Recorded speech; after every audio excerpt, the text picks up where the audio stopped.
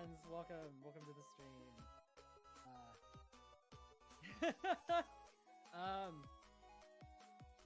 It's been a hot minute since we've done a co-op kind of art / game dev stream, but we're here. Hello.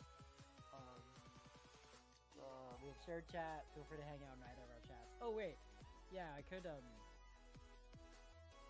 it should be. Oh god, I haven't done that in a minute. How do you do a multi-stream? Ah, hi Raylan, thank you for the air horn. Multi-stream. Is it multi-stream? Oh no.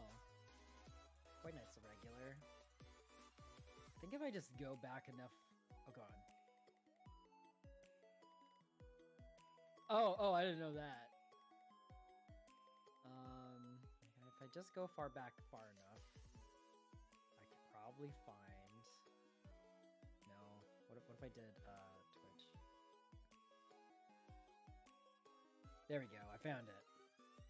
Does this still work? Okay, let me go to my chat here. There we go. So if you want to watch both of our streams at the same time, I've just pinned the what's it called? The multi-twitch into the stream chat. Feel free to like click that if you want to look at what we're doing. This is kind of flying by the seat of our pants kind of stream a bit, just since this is the first time we've done it in a while. Audrey was saying you're figuring out what you're doing, and I'm working on stuff for Tower. Guys, I don't know if you guys know in my some stuff around the save system that kind of needs a bit of reworking, just because we're introducing stuff like leaderboards and player ghosts. Especially I'd love to. I am stuck on my phone for now. Oh, okay, no worries. You'll at least get the shared chat and the thingy with what's set up there. So we'll see. Thank you.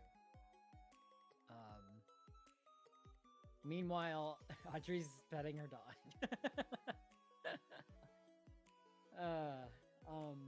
So yeah, it's gonna be.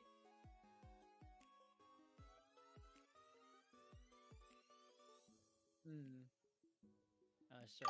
Yeah. Priorities, Raylan says in chat.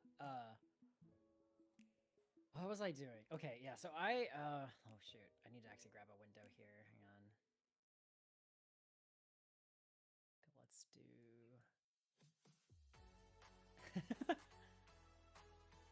Audrey's dog is very good here, so store that down here. So my testing with... So, there's a bunch of weird debug text on screen. I can talk about that in a minute. Let's see. Right. I could just pull up your stream on my phone. That's what I'll do. And her text message is open. No. Somehow. You learn more by listening than What? What?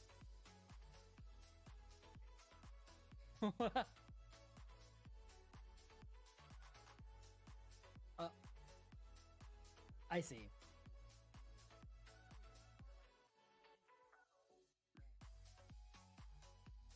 Sure.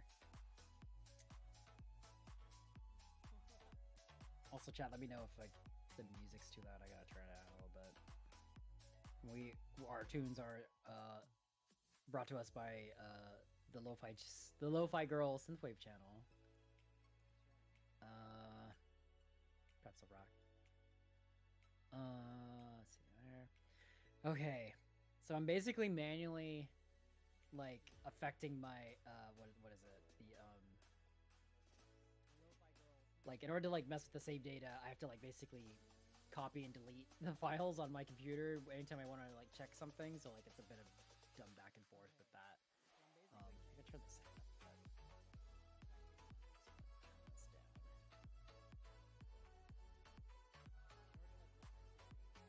but that just is not me. Just echo of us.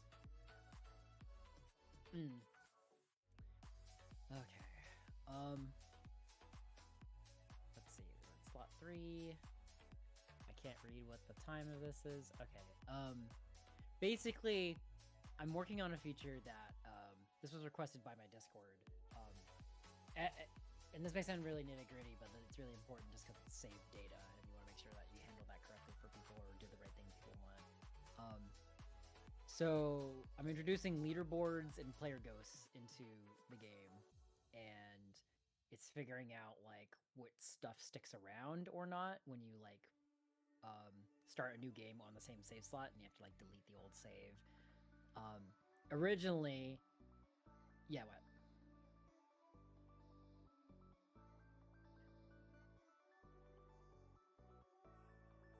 Oh yeah, you probably had pre-roll. Oh yeah, I have pre-rolls on my channels. That's a really cool looking bird. Bird looking Chozo lizard thing.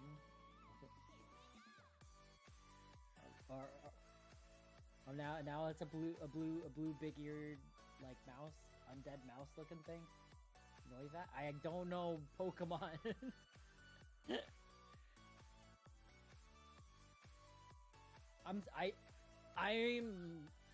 I'm a dumb Gen 1er. It's like the harshest thing I could say about how I am. I'm sorry.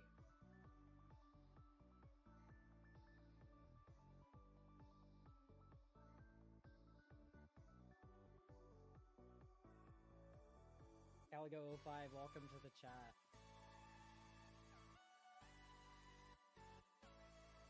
Yeah, we're doing a co-op stream today, so if you'd like to watch both of us, I think there should be a pinned thing in the chat. I'm working on game dev stuff, and Charmath is working on. She's figuring it out.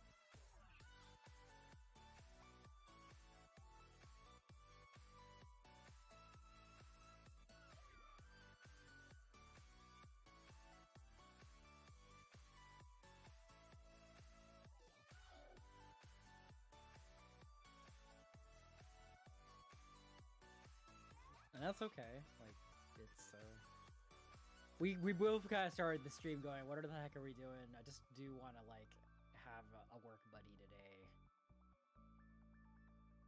I've been actually making you. Yeah. That's what. That's what happened. Kashow. It's the from That's like a decade old at this point, isn't it? The being puppy cat.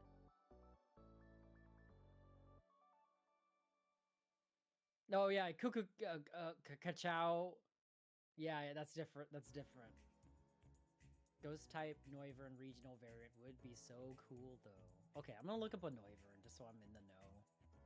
You know, like I think. Okay, this may make me sound really dumb or sound like I really don't know things, but I feel like, you know how like when you hear a new word and you're like, I don't know what that word means, and you may just have the instinct to look it up, like because you don't know what it means, and I go, oh, I didn't know coniferous meant that word, and so you look it up. I feel like I'm about 50-50 on like I it's the same rate at which I look up new words or look up Pokemon. I don't know. It's about the same rate of like, I don't know what that Pokemon is. I should look them up. Oh. Noivern is really cool. I could see a ghost version of this fellow being.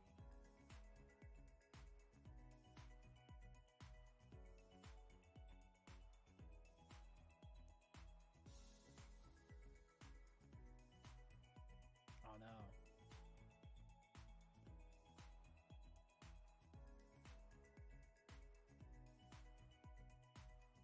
Oh no.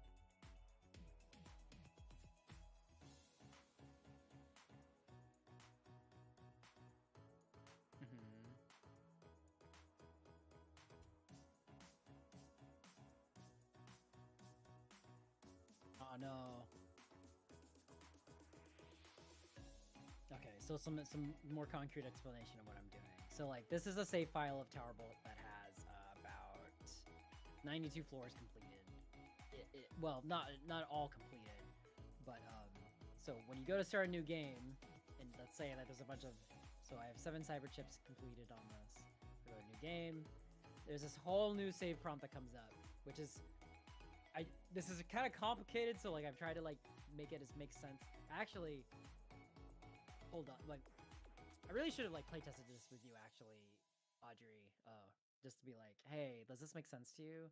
I mean, I could always just talk you through the flow now if you want to like watch my stream. Like, you could just read it and be like, does this make sense? Like what I'm saying. But it would have been even better if I told you nothing about it. But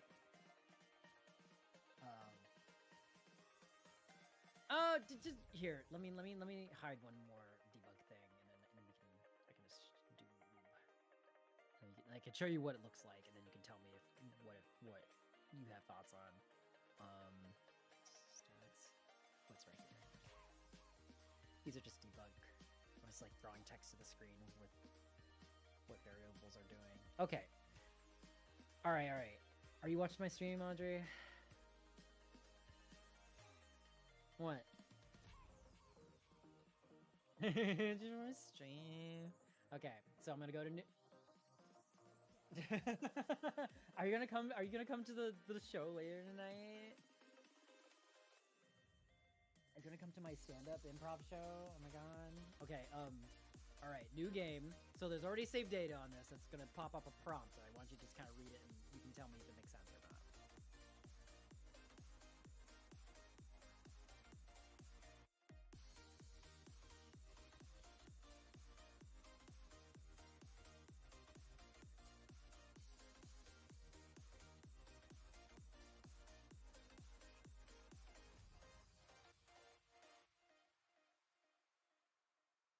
Okay, and then I'm gonna like cycle through the options below. So this is the first one, and then this one.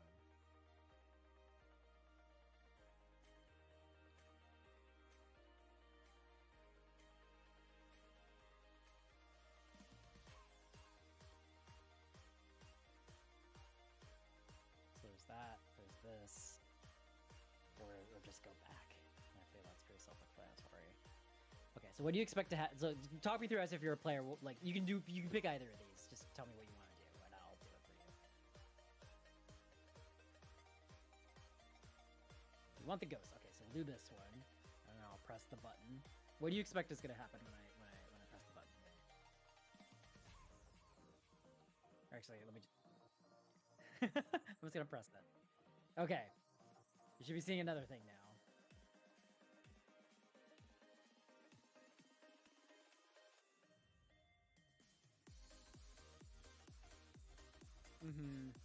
Yeah. Okay. So, but does that? I'll say yes, and this will actually cause the new game to start. Okay. And then it actually does it. Does that all make sense? Like, I know you have only played my game a couple times. Is the wording right?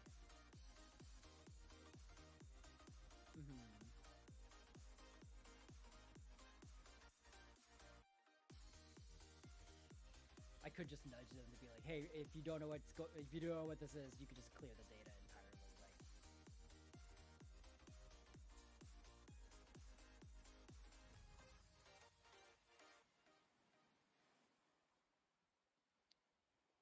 Like,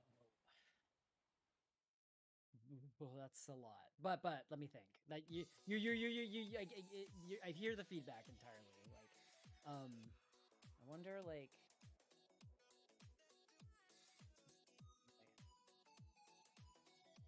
Sure. Do you think?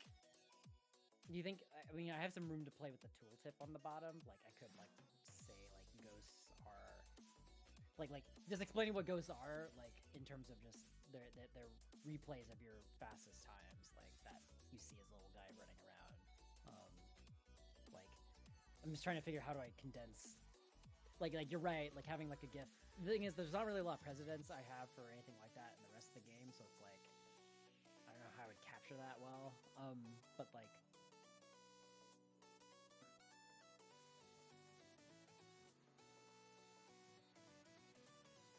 right, yeah. Okay, but is that, was there anything else that seemed unclear, or was that... Okay, Rayland is saying, if they don't know what the ghosts are, they're probably not invested in keeping them. Yeah, so like, I may also just like say, like, how do I put this? Like, for most, I think for most people, they just want to reset everything, and I think having like a recommended little tip here on the maybe in the tooltip at the bottom is like, if you don't know what this is, just like you could just do the first option, like, because that's really straightforward. This second option here is really just because it was requested, like, so that way, like, you can play over the same file over and over, and still, like, be competing against yourself to get faster times. So, but I also just want to be sure, because it's save data we're talking about here, I just want to make sure, like, it's clear, and it doesn't do, it's not doing anything by accident. It's like, oh no, I wanted this instead of this. Yeah.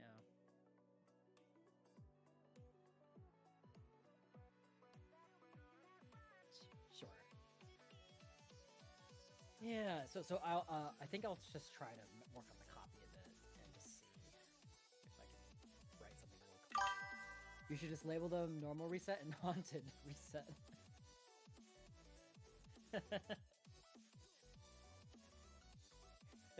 I like that because it is like ghost. You're keeping the ghosts basically, right?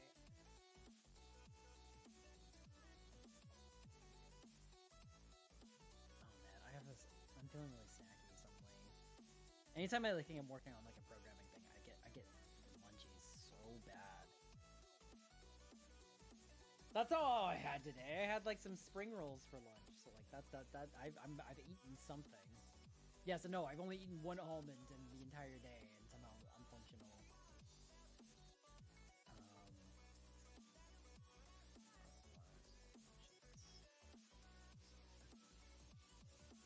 That's it.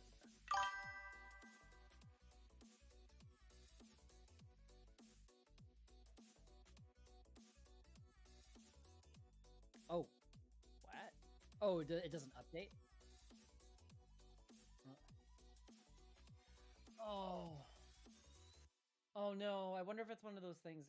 Did the Twitch do this thing where like if it's an inactive tab, it like doesn't count you as a viewer or something? I heard some drama about that recently. I'm like, man, that's not good. Cause like, I don't know about you, like I watch so many of my streams as I'm just listening to it. Like I don't watch it like on an active window.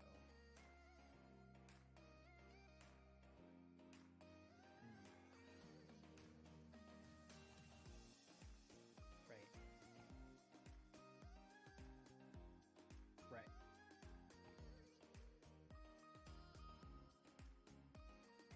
There goes. No, I'm typing out loud what I'm typing.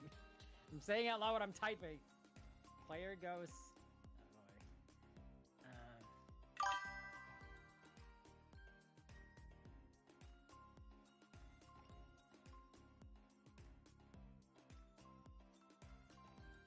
Yeah, that's the simplest explanation.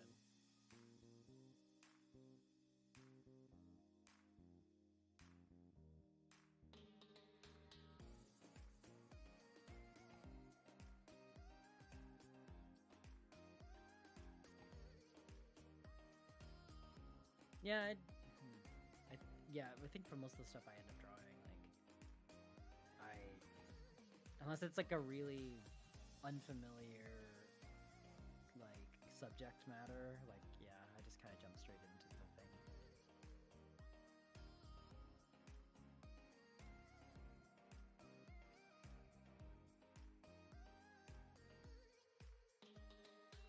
Sure, I can see that. Oh no. Yeah, it seemed like you keep yourself sharp, but, like one way or another.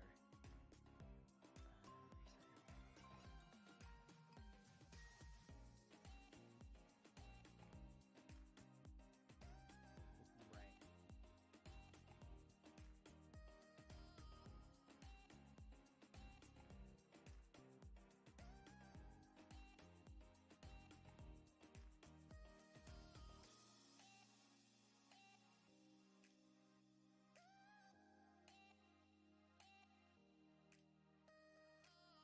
Ghosts are player replays of your fastest time on a floor.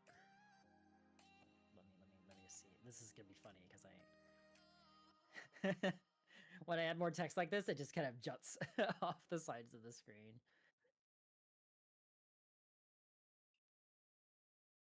but that's okay. Like I can like make this window a little bigger. And then yes, I know it's like I'd rather have an abundance of text than it like and have a bit of friction, but also just state very clearly like what the information is. Like and then yeah, like I think I might just put like a recommended like thing or like some way of nudging most players to use this top option. Like maybe I'm not quite sure how to like nudge people that way. But yeah, let me see what I can do with all that text there.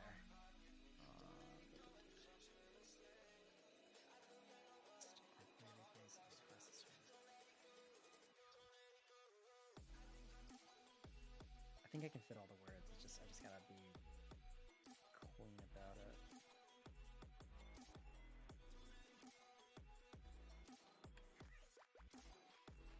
Yeah, boy. I'm not really feeling that hungry, but thank you. No, Monte Cristo, that's a sandwich, right? Sorry, I did that really specifically to enact psychic damage to you. I know it's a book.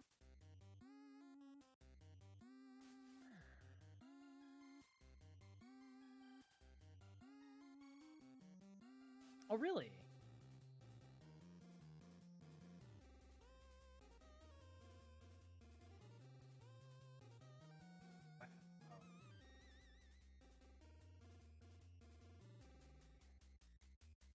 We want to just extend it. This is where part of this work, unfortunately, I like look at the code, look back at the screen. If only there was some way I could like capture both things and show it on my stream at the same time. Might be able to do. Let me try something.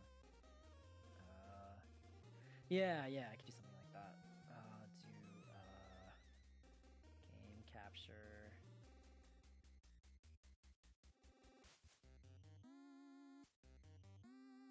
Let's see what this does. Tarbolt. Hello. Might do a window capture. Sorry, no, I'm just.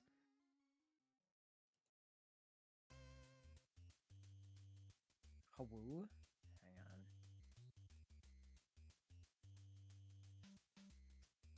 The Haboo. Let's see, game capture window.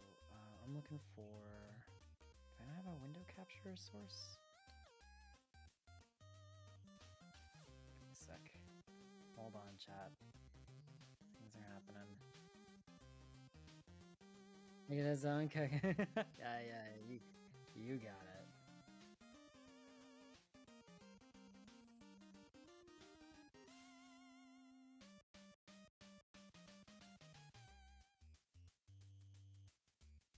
Oh, there we go. I just gotta squeeze this down a bit.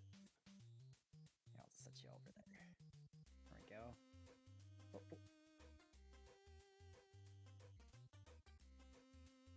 There you go. Most of the code I should be authoring should be on this side, so let me know if you can't see anything for any reason. So, the thing I'm doing. Oh, go on.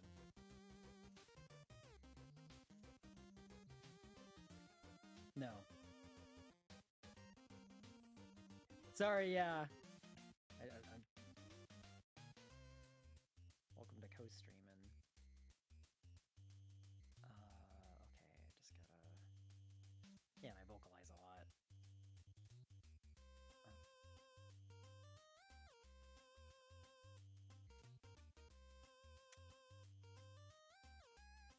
What the heck?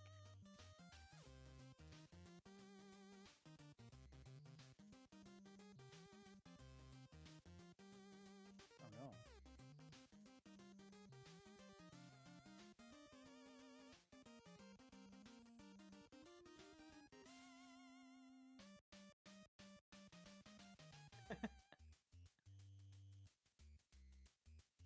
Okay.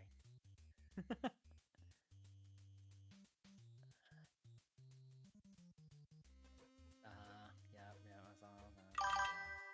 Yeah. Goose are player replays of your fastest time on a 4. Reset.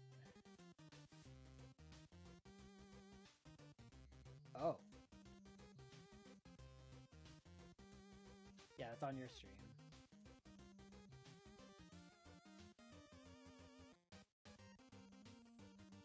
Oh, maybe they're asking if they can request songs. Is that what you're asking, Aldrich?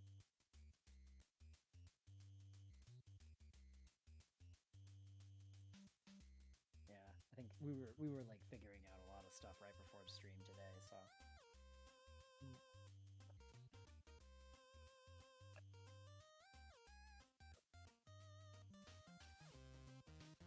No, really? Jeez.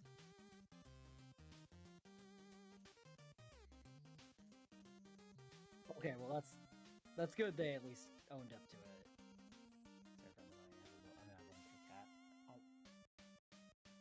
Bingo Kakak.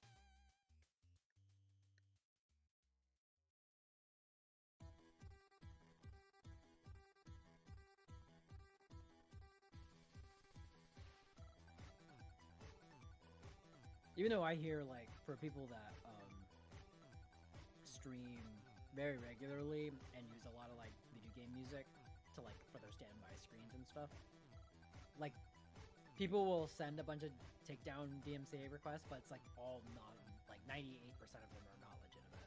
Like, a lot of them are, like, oh, go ahead.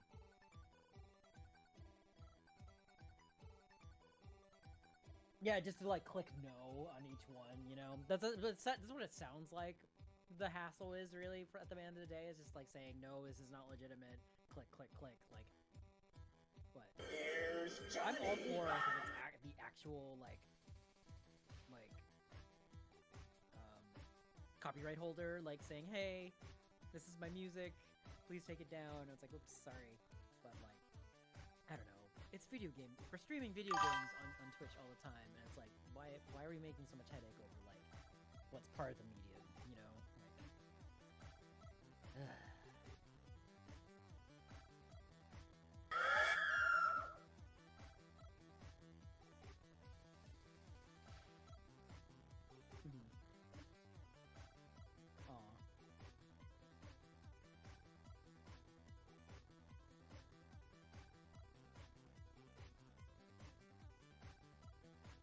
oh.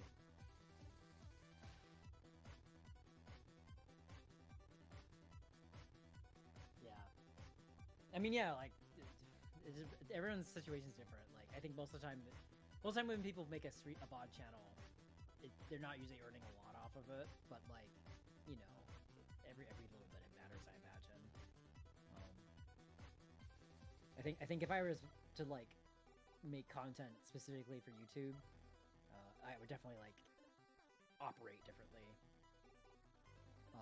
Queen Silky Bear, thank you for following. Very much appreciate it. Welcome to the stream, the co-op stream. Do this if you like chili dogs. I just added. I'm having fun putting dumb text in my game. Do this option. Like...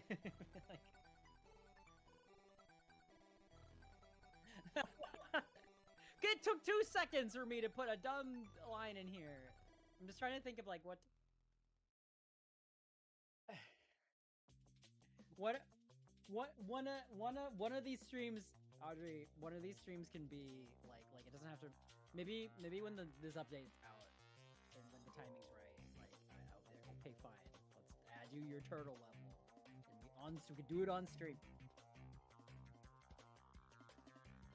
That's Diablo is made by a team of hundreds of people at Blizzard. Like, I have like less than 1% of that working power. Turtle sprite replacement for the player ghosts. Oh my god. I think the way the player ghosts work is that for every frame for every frame the player's moving, it's capturing like the sprite type. So, like, for example, if it's like the jumping pose, like it records that. It may theoretically be possible to just replace every frame with a turtle, but like the movement is still the same. I don't have no idea how dumb that would look, but that's awesome. It would be more work. What? You're talking about physics, Audrey? That's like that's not trivial to do. It's not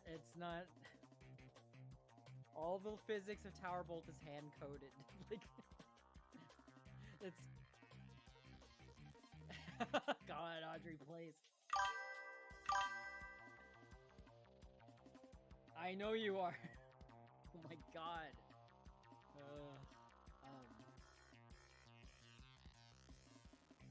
Yeah. Alright. That's maybe the new game plus. That's something we may get to today in terms of me working on stuff, but I was gonna look at the save stuff and testing it a lot. Alright.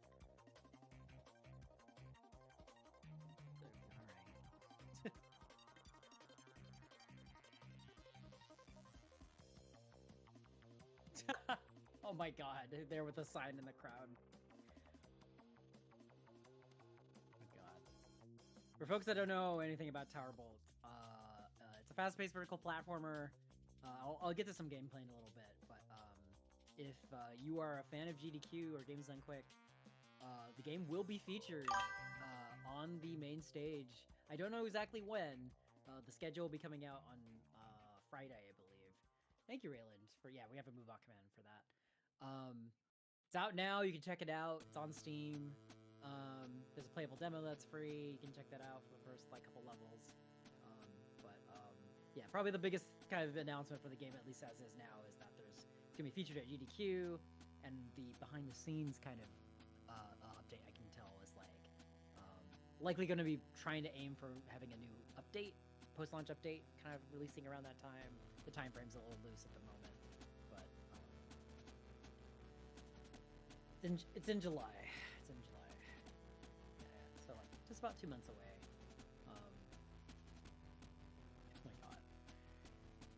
We do that. Yeah, no end is shut. You're the chili dog party. Also play replays for the fastest time. Reset our progress. Here, I'll do let's see.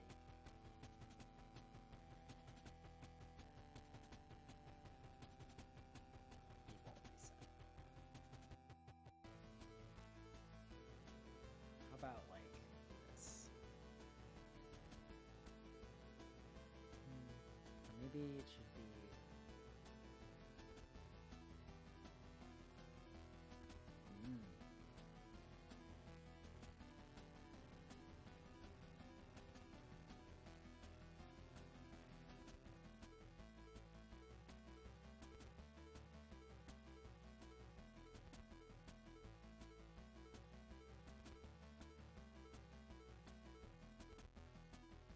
I really like the term haunted reset.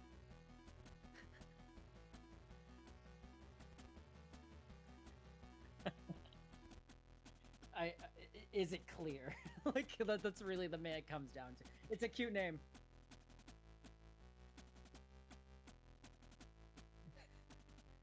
I'm not without whimsy, Audrey. It's just I'm trying to think. I'm very peculiar about descriptive language for a lot of stuff. Also, I'm just trying to where would I put that?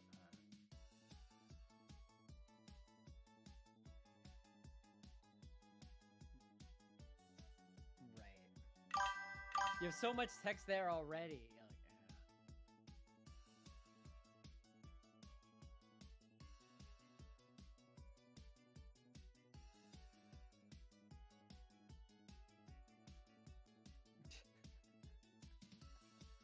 But however, the thing I think, oh my God, I think a big part of it too is that it's not just keeping the player ghost, but it's also resetting Cybership progress. It's a very specific type of reset, but it's really specifically for folks that are speedrunning the game and are playing it over and over. Let's do default file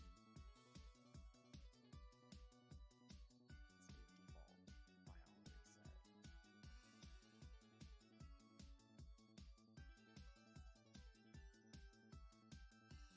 Maybe I know I have so much text in here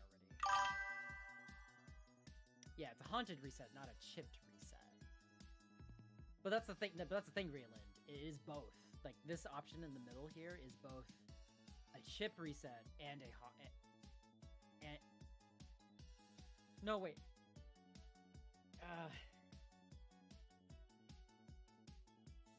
It's chipless. Yeah. It's like it's so specific. But this essentially allows you chipins. Thank you. Because this essentially allows people to speedrun over the same file over and over. Yeah, see if I have enough room to do one more line. Recommended.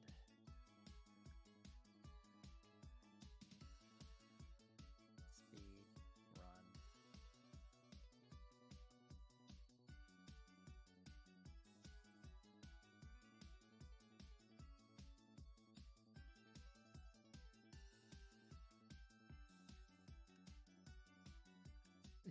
Wow. Actually, I do kind of like speedrun reset as a term. Like, let me think. I'm cooking on this. Oh my god. I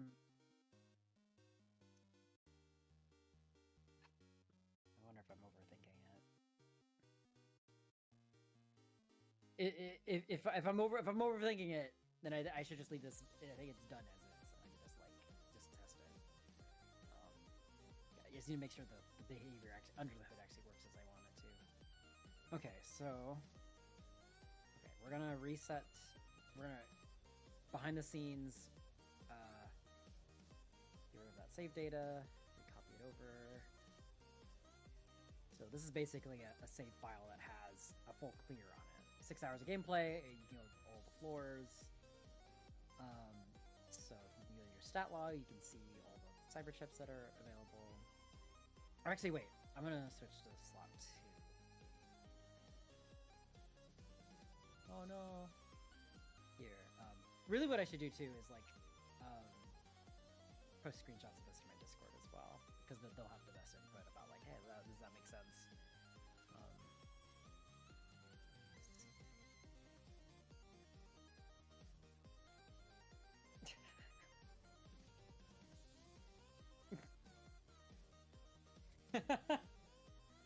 Again, that's not the. It's such a. I'm such a stickler for like games not being clear about like. Sometimes it's fun. Like, ooh, this is like no consequence. Like it's like finding a thing in the options that's like, oh, this is the haunted mode. It's just a checkbox. That's like, what does that do? This seems like it's whimsy and full of like something that is silly. Or mistakes. But like the thing is, because this is dealing with your save data and your progress in the game, I really don't want to be cutesy with it. You know what I mean? Like,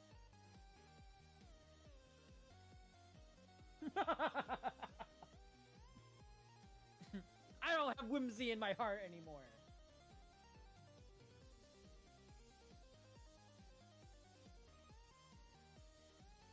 Alright. Again, we're talking about people playing this game over and over, or like hundreds of hours. Like, freaking you imagine? Someone's been playing this game for dozens of hours. Haunted reset and whimsy-less reset. I feel like I could get away with that if I had Owl on the side, like even with their like chirping animation, just like talking about each of these things. No, honestly, actually, wait, do I? No. Owl only shows up in the accessibility menu because Owl is directly affecting the game here.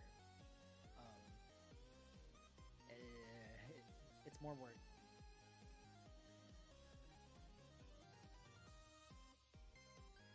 I know. It just feels like it's a nice internal logic that doesn't serve me well. Okay. Anyway. Okay. So if I do a full ass reset, it gives me this prompt: start a new game, resetting all progress. Are you sure? Okay. So now we're in full one. Save and quit the title. stat log. Okay, so stat log only shows 1 4. That's as expected. We go to chapter select. There's only 1 4. That's as expected. I can load back to 4 1. There's 0 cyber chips. Oh hey, Leonie. Hello. Welcome. I'm not sure if I'm having a wonderful day, but it is brightening the more I'm here. So thank you. We're having a day.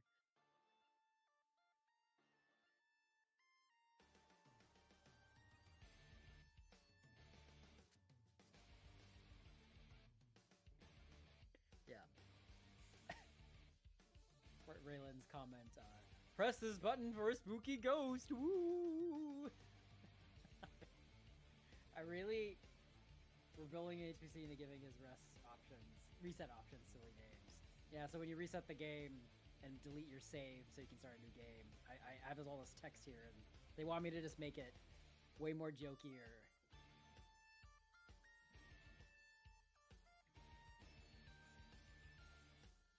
No.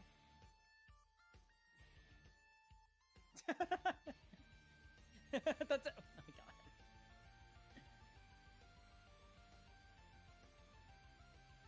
Oh man. It really comes down to is some playtesting. Like that's what it is. I'm gonna play a couple levels and just make sure that things have deleted properly. Don't put. God. I'm really thankful to be on the other side of the curtain of like, well, I mean, how do I put this? The launch, I have a lot. I could go on as a film look around how the launch was like, but I'm just thankful to be on the other side, that I'm not like stressing as much about the game's launch, and that the stuff I'm working on now is still important, but like I'm not like, I don't feel as under the gun that it has to be perfect. Oh, okay, there is a ghost here still. Why are you? Wait a minute. What is this ghost doing here? Hang a minute. That shouldn't be. That ghost should not be there. What are you doing, buddy? Oh, it's okay. Wait a minute. Where is this? Wait, this is save spot 2. Oh, interesting. Why? Did it? Oh.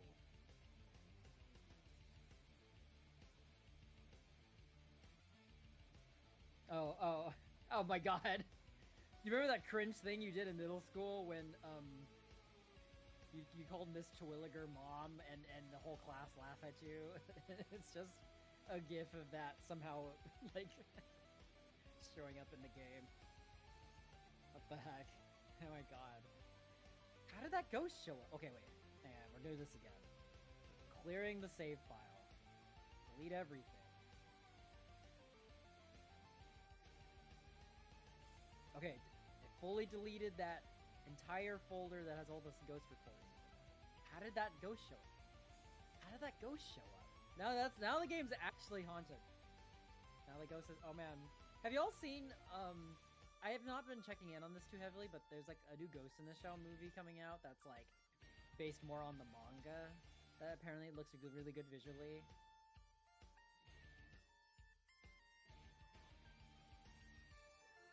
That was the live action. Was it the live action one? Well, isn't like Makoto, like, she has like the teal hair? I actually didn't know. Okay, so that's... Sorry, I'm just... I mean... This Ghost in the Shell at all. That's okay. And since most people, I think. How about 2 the big... No.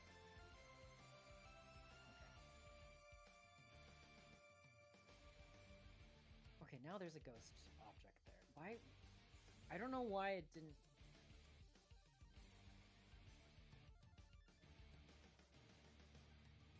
Yeah, oh. Yeah, the Volter breaks out of the game. And then, yeah, like, once you're actually out of the game, you're just suddenly in a, like, the Bolter breaks out into Minecraft or something, and it's like, oh, this is... Or like some life sim. Just in Tomodachi Life somehow. She's in your house! I've been watching a lot of streamers play Tomodachi Life, and I gotta tell you, it's a very specific type of joy to see like Oh, Shadow the Hedgehog and Maya Fey from Ace Attorney are like talking to each other about getting framed for murder and like how it's their favorite thing. And it's like, man, it's really great.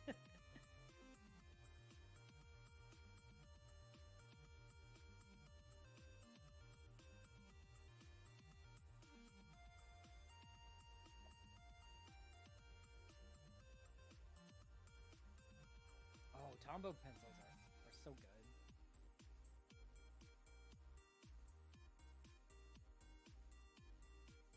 Mm-mm.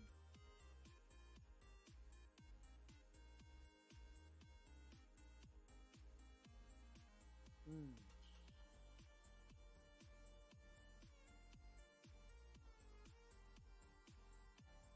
Okay.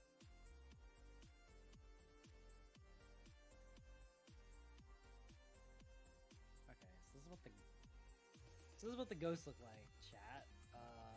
So this is like the recording of me from playing just earlier. Oh, I died. So essentially, if you're playing the game a lot and want to play faster, the ghost really helps you see visually like how you can improve your times, play a little faster. I am not doing a great job. Can I win? There we go. So I got a new best there. I gotta like work on some of the leaderboard behavior. Like that should have stayed there a little longer. Somehow, like, okay, so grab that. It's still got some bugs in it. There we go. That's how it should show up. It like hangs for a couple seconds and then it goes away. So yeah. No. And you see there's a bunch of text too around the collectibles, these cyber chips. These are basically like debug information around like what in the save file, like the is the way it saves information when the game's closed is it uses this key, which is like a long string, which works with the game's save system to be like, okay, basically this cyber chip has a key that stores information of like, is it collected or not? And in the game's code, you can say, okay, look up this key. So like if the key is like cyberchip 01, just the string, the letters cyberchip 01, you can look that up in code. It's like, okay, what's the state of cyberchip 01 in the code? And then it will tell you like collected or not. And then that's what gets saved when the game closes, and that's what the game looks at so that it's consistent across when you reload it. It's a lot of... The save load system is a lot boring, but just really important work.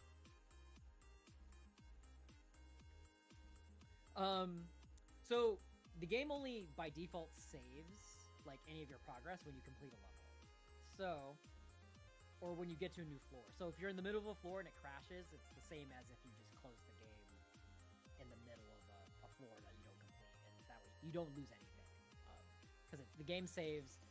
Another way of saying it is the game saves every floor. So like when you start a new floor for the first time, it's saving all the data. I think the only edge case would be like if somehow you crash the game right on the frame or two that it's doing the saves in between floors, and that's when things may get a little weird. But like, you know, that's hopefully what like Steam cloud saves and stuff are all for, and that's in general like. I think all games have that problem of like if you try to close the game while it's saving it, it's not a good time. But thankfully, Tower Bolt's like not a very... All the data you're saving is pretty low. Like it happens in what the 30th of a second, so it's not like the window's not very. You'd have to really intentionally try to break it.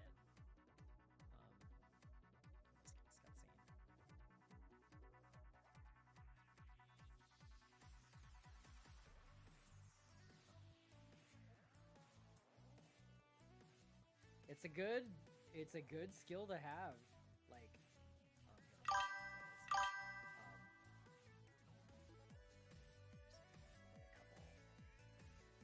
but yeah, like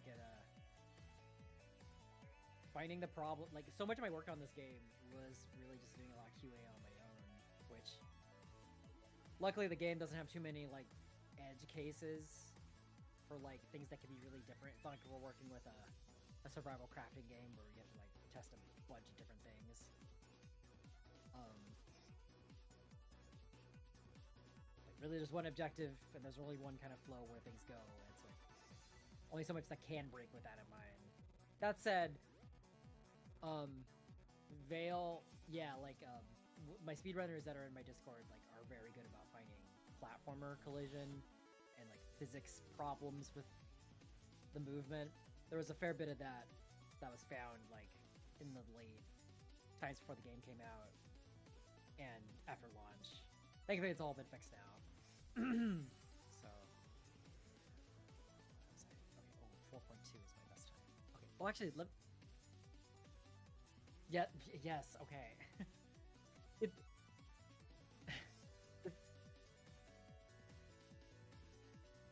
Turtle level, fine. Get the Discord to test it. They're great at frame perfect breaks. Yeah, like speedrunners have a very good like internal timer for like doing frame perfect inputs. It's a marvelous, like very like. I don't know how people do it.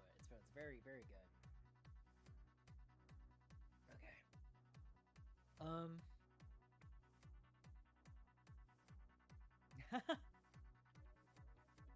I don't know. It's just like a different type of focus, I'd imagine. That's how I tend to see it. Okay.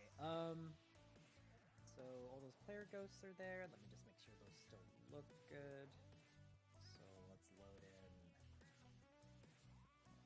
from here. Just see if the okay. Are you gonna move?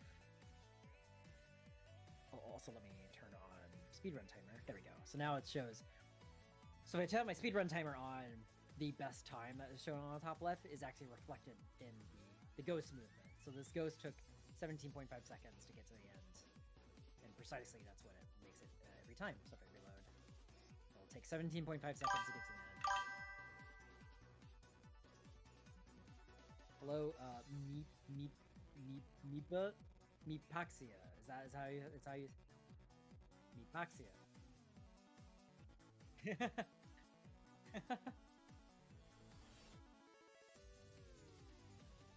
Remembering that game dev discussion about how every time you add a 0 to the number of people playing your game, you discover new ways the games can break and that you'll never would have found with the previous number of people. And that's absolutely true.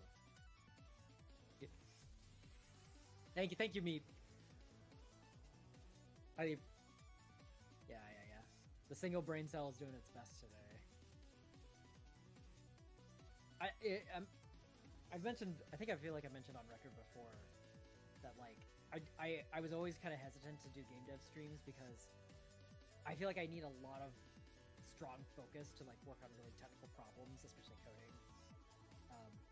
Since then, I figured out, oh, I actually can do a lot while I'm streaming and talking to chat, even talking to another person. But even then, I'm just like, oh, there's still a lot of streamer brain that happens when I play video games and when I try to do game dev stuff. So every bit of yeah, I tend to vocalize a lot when I'm working, at least when I'm working in front of an audience. So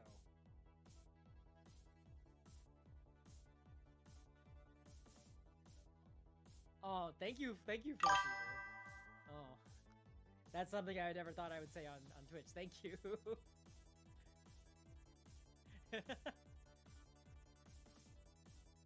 Oh my god.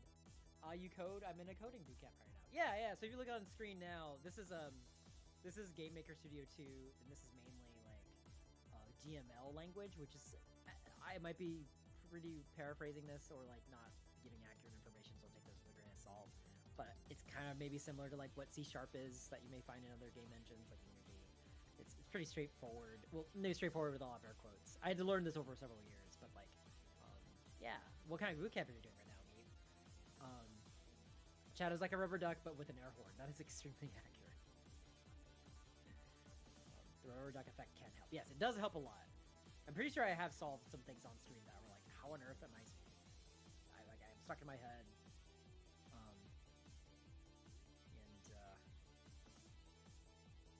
It's just nice to have someone to talk to. Because the process of doing that will do a lot to help juggle your brain. Full stack. Oh, I don't know what full stack is. Is that like a web? Is that a web design? Oh. It's not shit. Audrey's not saying it's shit. Oh. Got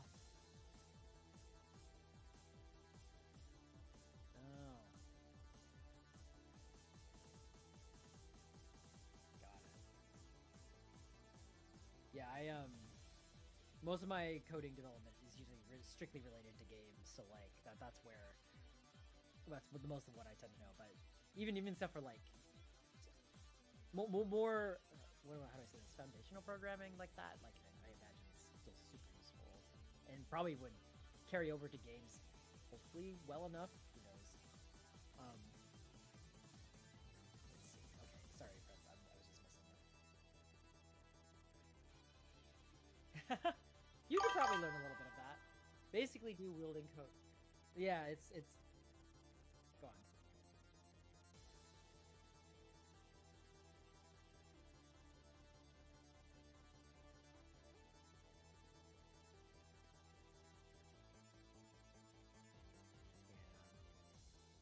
Like I think if I were to go back in time, it would definitely just be good advice just to give myself. Would be like just learn any kind of coding. Like I've always had like kind of a technical like kind of wanting, and I'm glad I'm like getting it now.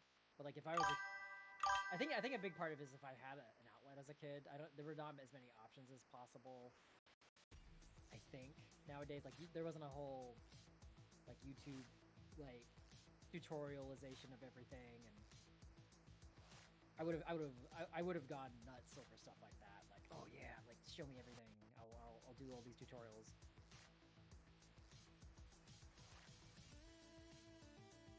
Mm-hmm.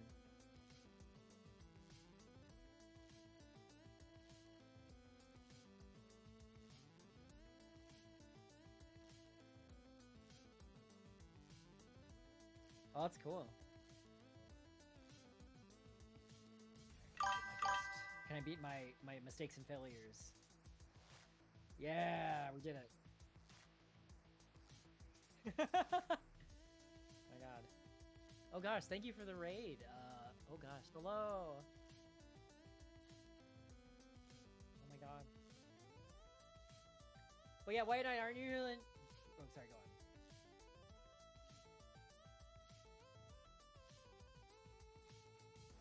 Yay.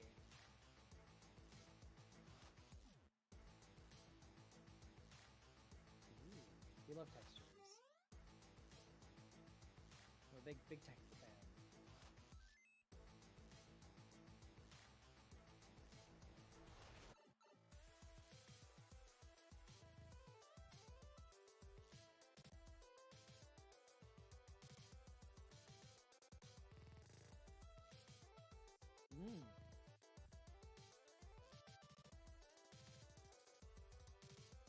Me? I think I was just talking about chat or reading chat a bit. Hello, I'm just catching up. Trying that. Oh.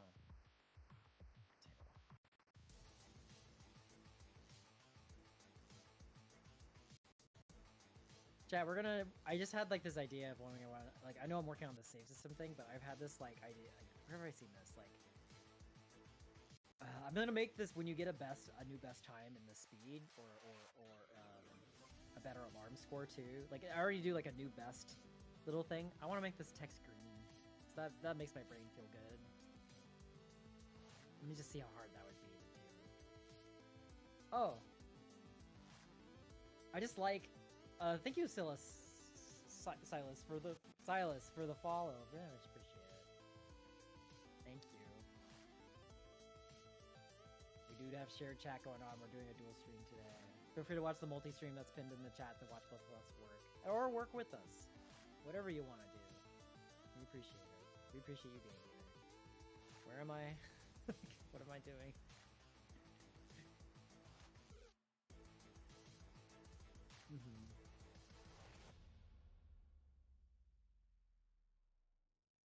I know.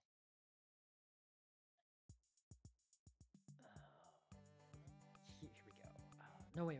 It's speed, stealth. Speed. Where is this? Where are these?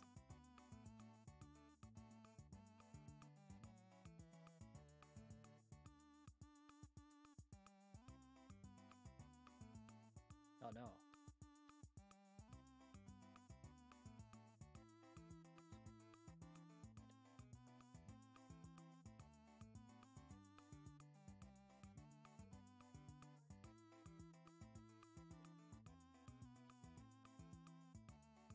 Oh no.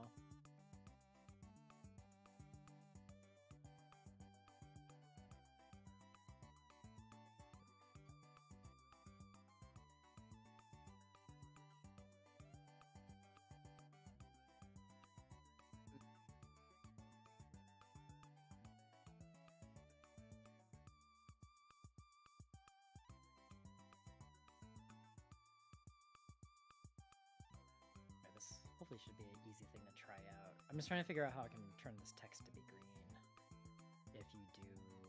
If you're fast. Okay, so if we do if speed PB, which is a variable I have, which means if you get a personal best in terms of time, that's what this is. It's true. Draw, set color, see green. So that basically sets the color to green. And then it'll draw the text that shows your time. Oh, I think we only be getting 1/2 of the audio. Oh no, can you not hear? Well, hold on. Are you just talking? Am I audible on your? I don't hear. Oh, you don't hear Audrey. I don't hear Audrey, but you are texting from Audrey's chat. I can hear Audrey from. Okay, so Raylan can hear you, Audrey. Oh shit. Oh. I'm a dumbass. Were you muted this whole time? Yes, I was. Oh no! Shoot, chat. Well, shit. I hope that everybody that I was talking to was in share chat and could hear me through your mic. Oh no!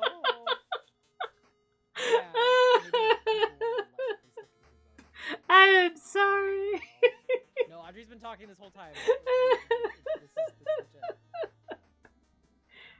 We're sorry. Did we mention that we're like on one brain cell today? It's sorry. We're doing our best. I was up till 6 a.m. working on a like rush contract gig thing. My brain cells are gone. I'm gonna go get some water and ink some stuff because I'm. Okay. I'll be back. Okay. I'll babysit chat. Everyone, thank you for your patience.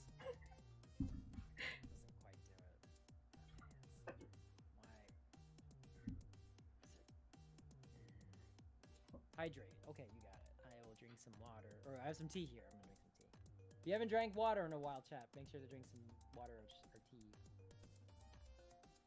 Thankful for all of you being here. If you're doing something cool, let us know in the chat.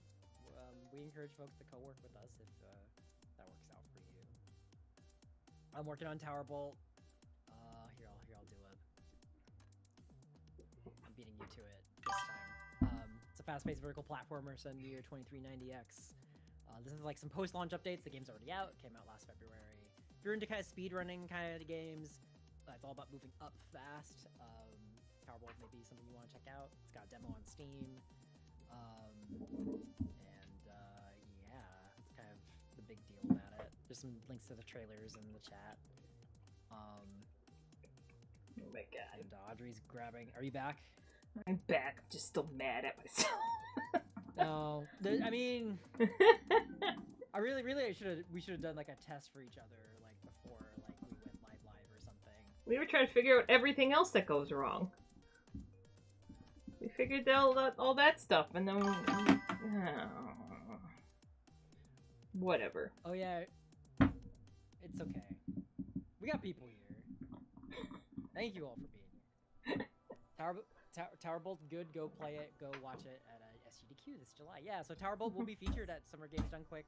I don't know when in the schedule it'll be, but it is on the games list, which is really cool. I will be there commentating on the couch behind the runner, so we can look forward to that. Oh, so you get to judge them? No, I'm not there to judge them. I'm here to support them. Judge them. They play at this point. They play patently way faster than I do.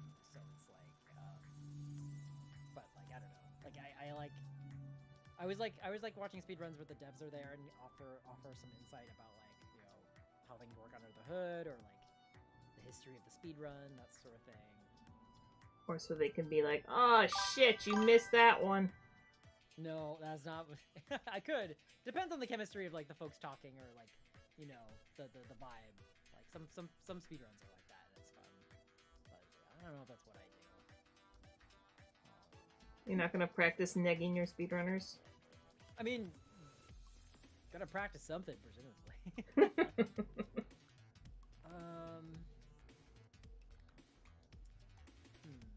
Vale is cracked. Is Vale gonna be there? I take it.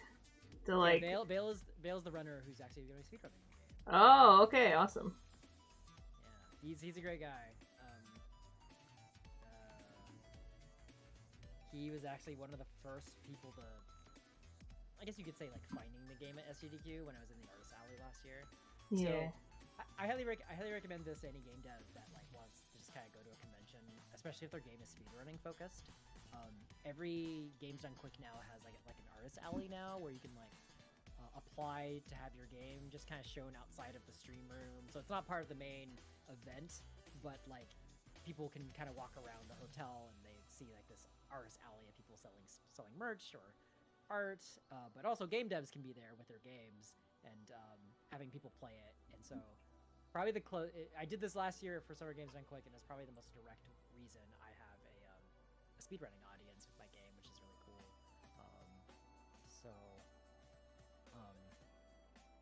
Yeah, I highly recommend it if you're making a game in this kind of genre and want feedback or want to like have people get in front of those folks. That's the most direct way to do it. Granted, it's going to a whole convention and it's flying, wherever you gotta go. So maybe not the most accessible, but it's also like, in general, just a cool experience if you like speedrunning too.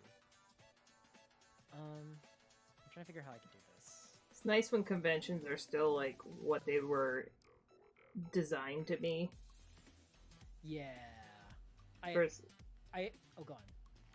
I was just saying how like versus like PAX now. Yeah, it's way too big.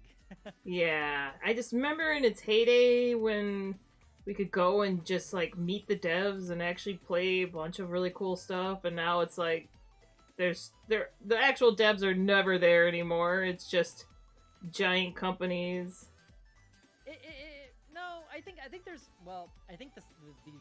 there are definitely indie devs that still go to those events. They definitely still exist, but I agree on this front that the concentration and the ratio of it used to be more like globally. I think across PAX West, it was like it used to be more indie period. Yeah. And now it's just kind of become very well. Like there's a lot of indies still there, but it is a lot of like AAA, a lot of bigger present studios. I still go to those and still find a lot of games I never would have been able to find just browsing on Steam or doing the Steam Next Fest stuff. Like, but it is also just in general more people and they're bigger in terms of like literal square footage. And it's like I enjoy GDQ on the front that it was like a smaller scale convention, but like it's definitely still a very passionate audience that all comes for one thing for the most part. Mm-hmm. It had a bit of like a big scale, so like a medium scale, big scale LAN party kind of vibe. Oh, nice. I mean that kind of affectionately too. Like, I'm just trying to figure out how do I. It's like that used to be Monster Palooza for me. And now it's all about everybody getting their autographs from, you know, whatever Buffy actor is there. Sure. Dang, I don't know if there's a way I can do this. Where do I set? Speed. Ah. I see, right. This is set here. I wonder if we have another variable we reset. Oh, let's. I'm kind of. This feels like I'm noodling on this a little bit. That's fine. Yeah, if I can't figure this out, it's not the hugest deal. You gonna call it the haunted level? No, it's not. That's not what we're doing. Sure. I just want this to be green because it makes my brain feel good. Alright. This ink is gonna... I kind of like working with ink, so I may have spent a tiny fortune on ink the other day. Oh no! Oh really? Because Jet Pens restocked all their Nebula inks, or not their Colorburst inks, and I fucking love Colorburst inks. They're so nice. So I'm gonna let this dry a tiny bit, and then I'm gonna put more ink in it. But I gotta go grab my new ink. I just realized this. Oh, this isn't updating. Never mind. All the code changes I was doing did nothing. That makes sense. That's great. Is it the ghost in the machine again? Oh, it could be. It could be. Oh, sorry, I forget if I mentioned this. Vale's absolutely cracked. It's such a good watch. Yeah, you should check out Vale. I forget if he has a couple. There goes Vale 4 on Twitch. Vale 4, yeah. Yeah. Vale 4. I'm gonna try to see if I can shout him out. The Final Fantasy 10 Aeon. 14. Oh yeah, you're right. 10 Tenku.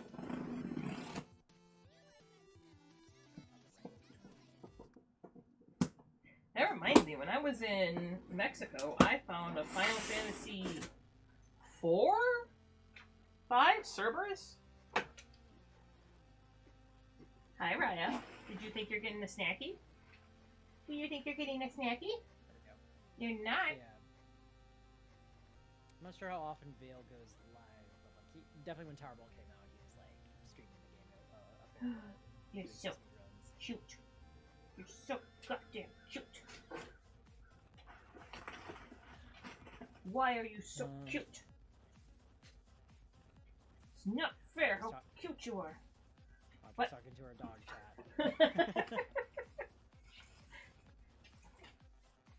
I'm allowed to do this. Leave me alone. You are absolutely allowed to do this. I'm not throwing shade at you at all. You're so cute.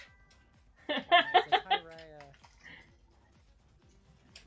I don't have... She thinks she's getting snackies because I'm opening my ink. No, girl. It's like a similar sound. Or... Yeah, she's like, I hear packaging. Is that treats? You have had treats today. This is not your time for treats, and you know that. You know that. God, she's adorable. It's not fair. Hey. Oh, you're so adorable. The puppy craves ink. Yeah. She's like, I could eat that. No. No, she's actually pretty good about not eating things she's, not supposed to. What did I... Yeah. I found her with... She did chew apart... resin. She'll chew apart resin struts, though, so definitely have to hide those. I don't know why that's her, one thing. But she's decided that one she's gonna eat. Ooh, glistening purple. Okay, sorry. Okay, I'm putting things together here. Speed, letter. Wait, no. Is everything for you? Is it all for you? Letter. Is the whole world for you? Yeah? Okay. 0. I get my life. Letter. Whoop.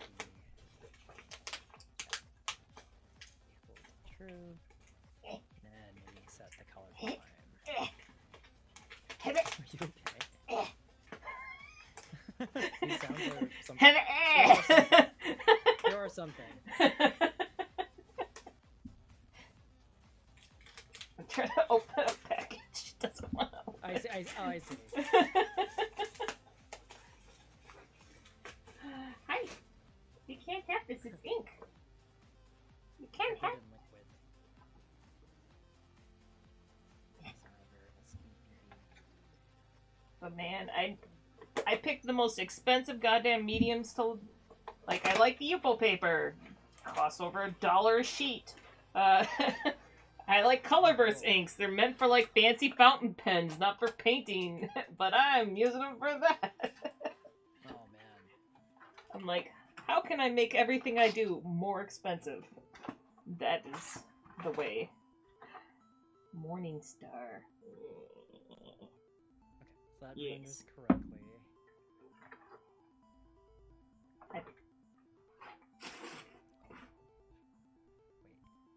You're so cute. Yes, you are. Oh my goodness, delicious. Oh, I love you. Yeah. I was like, very good. Raya. Raya. Hi.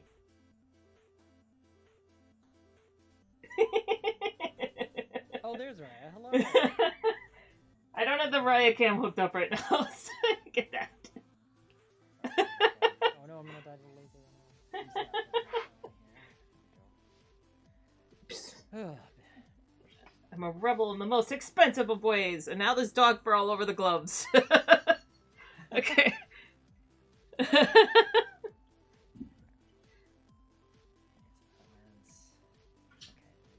Oh. I didn't realize I got ink on my wrist rest. Oh. Oh no. No, that's good. It's plastic. It will be fine. I can't It's open maybe the ink. What? Sorry. Oh no, you're fine.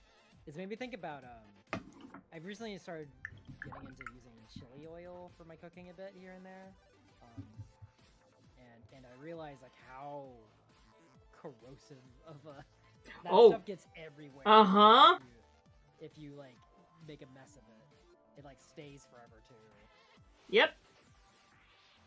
When I made that gochujang popcorn chicken the other night, I rinsed out the pans and everything, but I wouldn't rinsed it through ran it through the dishwasher, and like I have one of those silicone reusable bags, and it just was like coated in a sheen of oil.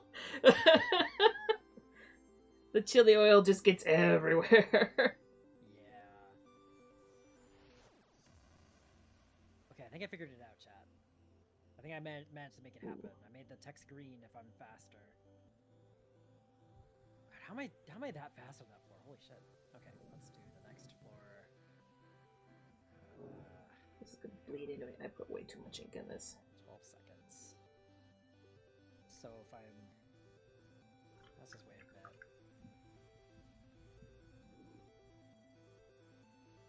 So I'm gonna let the ghost win first. So normal behavior is if I'm not faster than that time, it'll just show the speed and that kind of second score at the top in white. But if I outspeed them, I do faster than 12 seconds. And then they burst into flames. No. And it's green. we like that. I might make it aqua. Maybe aqua might be better. Like that's more consistent with like the way I do my color palette. Aqua is like a cyan color, basically. Fine. Don't make it burst into flames. I see how this is. Okay. Yeah, I'm especially not making it a turtle level. How dare you! Alright, now I'm just putting ink on this thing for the hell of it to see what these new colors do. Okay, so now we just gotta recreate this for the skill score, which I believe is... Ooh, this one kind of smells. Interesting. Why do you smell? Random speed display. Oh, right, okay, yeah. Ooh, it's like a foresty green. Oh. So Alright, my warm-up sketch is getting, like, randomly butchered by inks, but I'm playing around with inks, and ooh, I like this one. Oh, if you blend it with that other one, oh. Oh, that does look really vibrant. I like that. Should do a turtle level donos at GDQ. Oh my god. Raylan is fully on my side for the turtle level. Oh. Raylan's always on the side of what gives me the most heckling, like, in general. Like,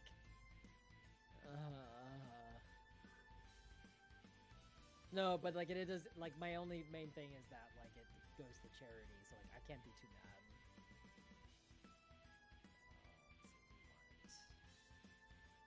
Wait, what goes to charity? The turtle level? If you're, do you know what a? Sorry, let me back up. When Raylan's saying a dono, like a donation, that's what she's saying. Oh. So like people can donate while the run is happening of like people playing my game, and people and the donation couch will read people's donations live on air, and they especially prioritize the donations that are related to the people, the runner or the people on the couch. So people are like. So you're saying I should save up money for your GDQ run and then just constantly spam turtle level until you cave. Or until everybody at the event's like, what's the turtle level? I've heard all about this turtle level. That's kind of the vibe, yeah. It's like, okay, so the color gradient is not as good on camera as it is in real life. I'm a little curious how this is going to turn out. I may have to do some lifting. There's some lifting and some blending happening here. There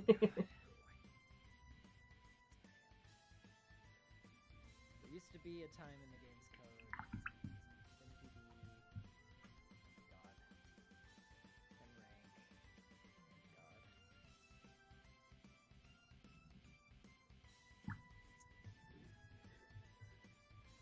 Okay, we'll let this go, but holy shit, I love this new Cat's Eye Nebula ink. Oh, it has like this purple that fades out to green. I love it. Okay, sorry. You're fine. I'm making all noises.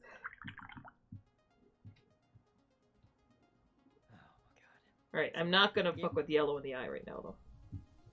What? Oh, I was gonna talk a little bit about this fun inconsistency I have in the game's code here. Oh, that does look really nice. Sorry, I'm looking at your stream. In the games, when you beat a level that has like those alarm panels, like the sensors in it, you're graded on a stealth score. I could do a level with that real quick. These red spiky things are like alarms that like you touch them and the laser beneath you gets faster for every frame you're on it. And you're given a stealth score. That's what it says in the top here. And in the game's code is I couldn't quite decide what the name of that was before I settled on stealth. So it originally was called finesse for a while. Like yours is your finesse score, so this is why this is called FinPB, like the finesse personal best. And then at some point, I wanted the letters for speed and whatever the other word is to be the similar amount of characters. So I was like, what if it was skill instead? So that's why it's called skill letter in this one. And I've named it 3 different things, and it shows up as 3 different things in the code and in front of the player. And it's like, oh, name your shit right from the start in code and what you show the player ideally. But I just had to like be like, oh my god, why did I do it like this? Why did you? I was doing a lot of this for the first time, and I didn't know better. I was giving you shit for, but... Yeah, I know. Okay, so let's see. Alright. Let me try, okay. This last level I did. Now I gotta migrate this so it dries and work on something else. Oh no. So I did this right. Yeah, okay, wait. Is that legible? Because it's all blue. Maybe I should make that line again. You can't learn things you don't know.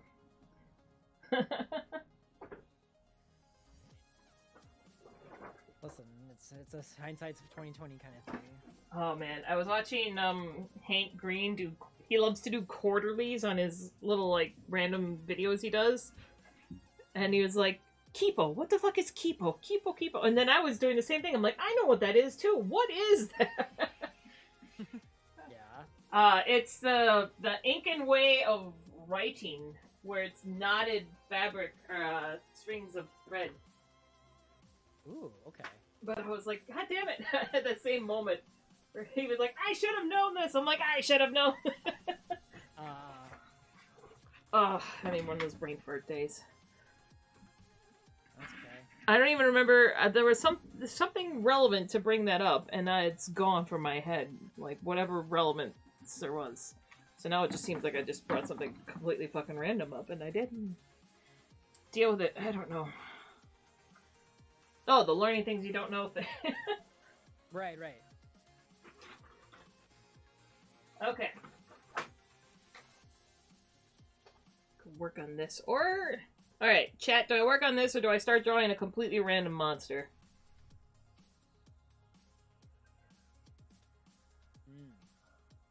Is it the What? Audrey's work is in your hands, chat.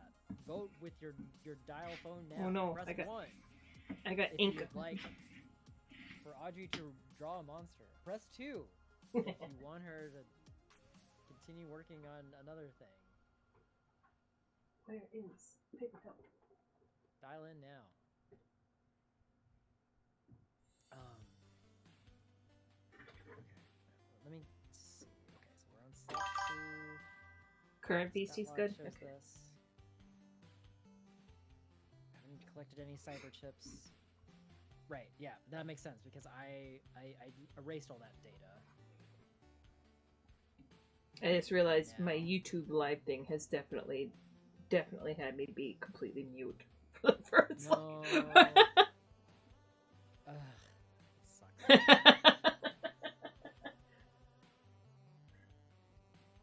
Totally are like, this totally is our first day streaming ever.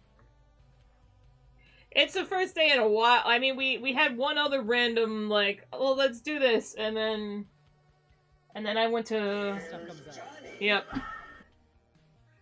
Oh, thank you for the follow! Joy to Joey? Did I say that right? Thank you, Joe. What am I doing? Alright, so now we're drawing this thing. So we're doing that. The Ghost Noivern was a warm-up. Also, it's not done yet. The ink is just drying, but... You know, Ghost seems to be a theme in today's chat. Do I seem to attract people with interesting usernames? Yes! Hello, Joy to Joy.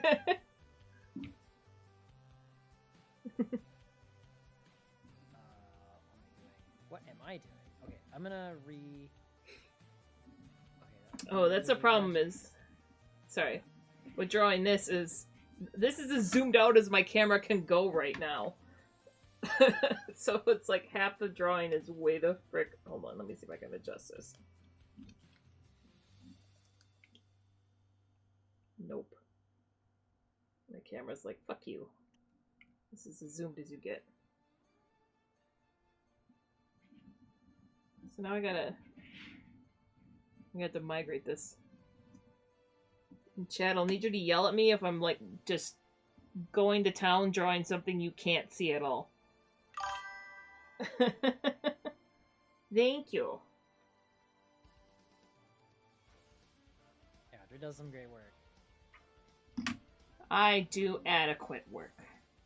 Yeah, I was just about to say something along the lines of, despite how often I do need to say it and do repeat it, she has a hard time believing it. I believe wholeheartedly she does great work.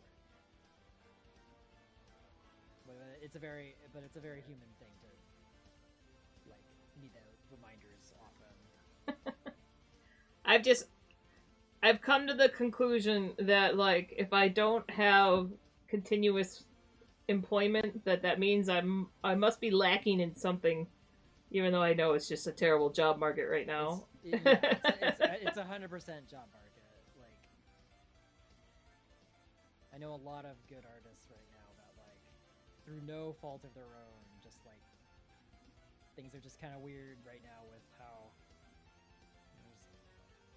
in games specifically, a lot of places too in the creative industries, like it's not fair. So that was 11 seconds, and that was faster than I didn't give it speed PB. Shit. Okay.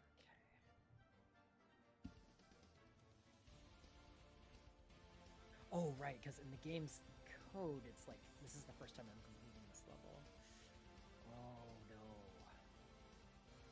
I need to make emote or redeemable for specifically for our co-streams Oh? for when you make your famous the same when he says the thing. Oh, the Steam Tams bit? Is that what it is? I don't know. Yeah, it's from Steam Tams.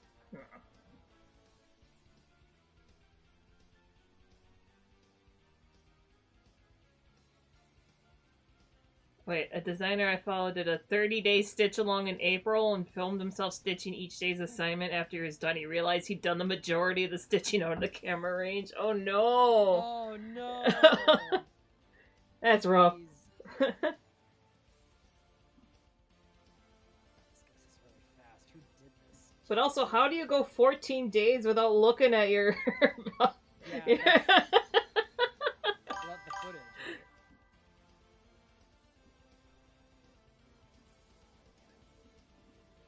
They're too fast. Who is this? Who is this gamer? They're too fast.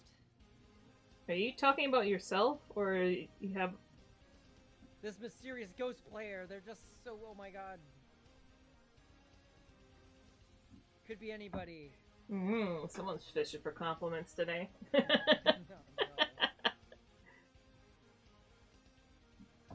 no. Where the heck are all my tiny erasers? I think I left them upstairs. Oh, wait, I know where they are. I do have them in my new pencil case. Or not pencil case. Don't fall over. Okay.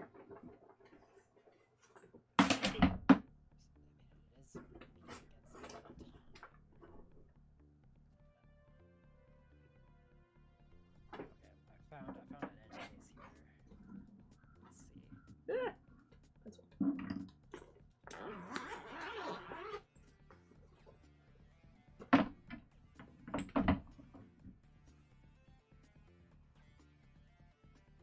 There they are. I got this new pencil case thingy and I like it. Also, I really like this. Where is it? This possum. This one possum I like. Oh, the one. Oh, Just that is this- awesome. This one little fat guy. That's very good. Yeah, I just started this one mostly for assets for the game. But a lot of these are garbage.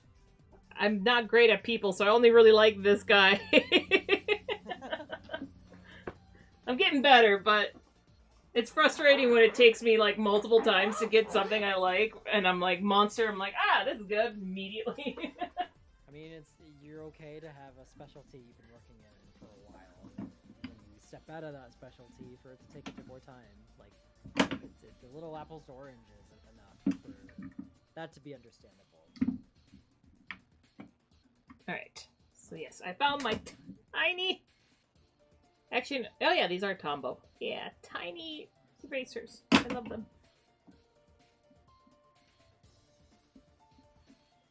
They're also kind of necessary with the Yupo paper, so I can, like, spot erase things instead of losing the entire section. Oh, Leonie's just being so nice! Too nice. You're too nice, Leonie. Wait.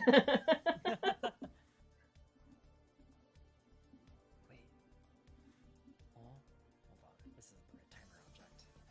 Uh-huh. No, hold on.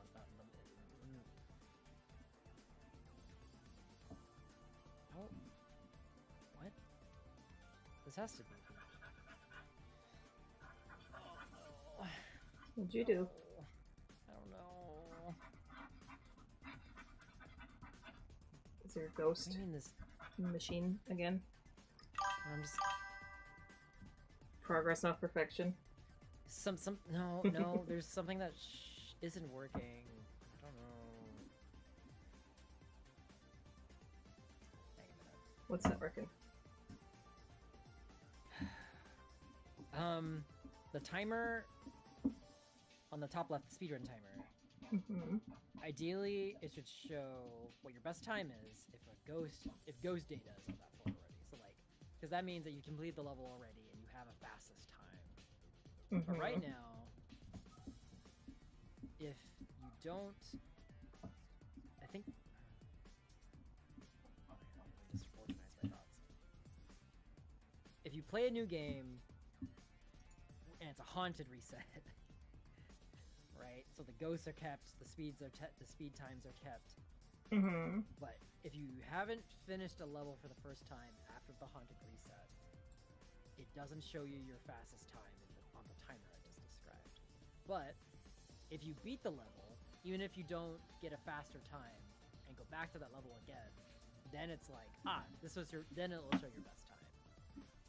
And it should show that best time regardless if you beat that level or not after a haunted reset. And Does it's that not. make sense? Yeah. Yeah, it's not. I'm trying to figure out why.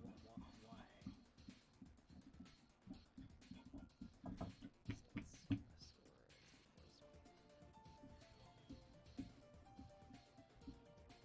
guess.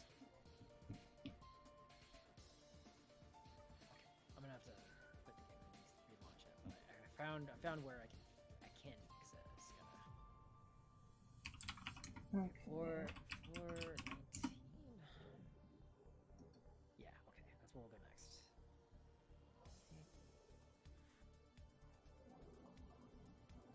Oh, this is kind of boring, nitty gritty. I expected.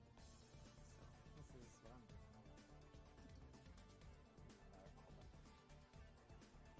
I'm trying to find my reference image I was working with. Also, I keep drawing a bunch of birds in flight. I don't know what is happening. But the other thing I was potentially... No, the other thing I was potentially going to work on was a digital illustration I've been doing. But that's like geese on fire. Oh. Wait. When you were saying that earlier, I thought you were just kind of offhandedly saying that as a joke, but you actually are needing to make... I am actually drawing geese on fire, yes. Okay. You're joking. No. You should know one this. time This is the one time because I'm normally really bad about taking things very literally all the time, which is not usually a problem, but just ends up in funny miscommunication. But this is the one time I was like, no, she's joking. I'm like, no, I should have just took it literally. Next up, fucked up birds. Yep. Okay. Let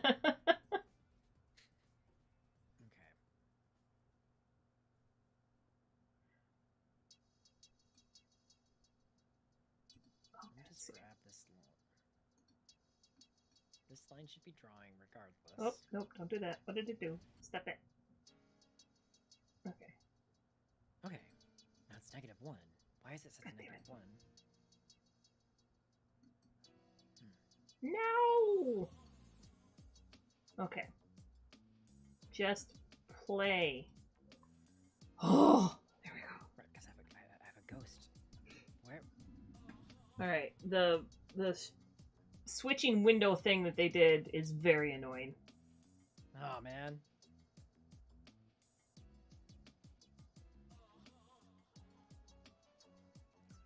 Okay.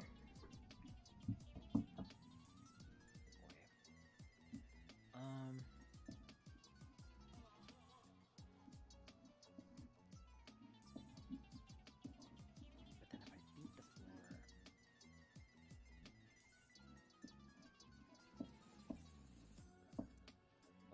Oh, this is stretching my brain. Oh. You're making an awful lot of weird noises over there. Yeah, I'm thinking. Let's see.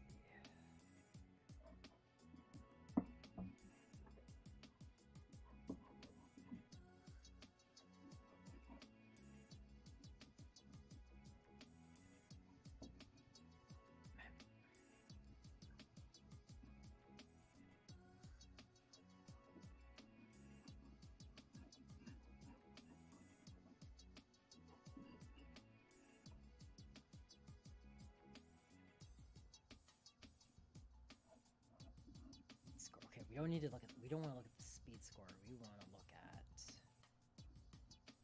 the save data. Save data has the right. Save data always has the right thing. So okay, hold on. You're just referencing the wrong thing? I think so. So I have a stats object that like shows that tracks most of this stuff, like what the player's fastest times are and all that stuff. Mhm. But the stats object is kind of like that's what interfaces to directly show the text on screen, right? Whereas the save data is like the back end, like this is where it actually is stored. Like the actual data when you close the game, that's where it's stored and what should be referenced. But for whatever reason, the stats object isn't like looking at that or updating that. So I'm gonna look at like where that gets set.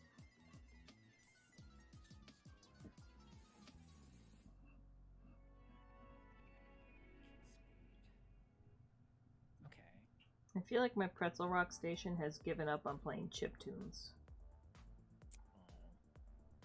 It's on the chiptune station. It has not played chiptunes in a hot minute. Oh man. Let's do. Okay, that should be the right timer object again. Do this and then do. Excuse me. Draw text. Thought you were gasping for a second there. Nah, What you do? I'm just doing a weird burp. Last time. Do you have some kind of like magical way to control your burps? I mean, I can make them sound different. Do the alphabet. Oh god, that's gonna require a lot of carbonated. It's gonna require a lot of soda.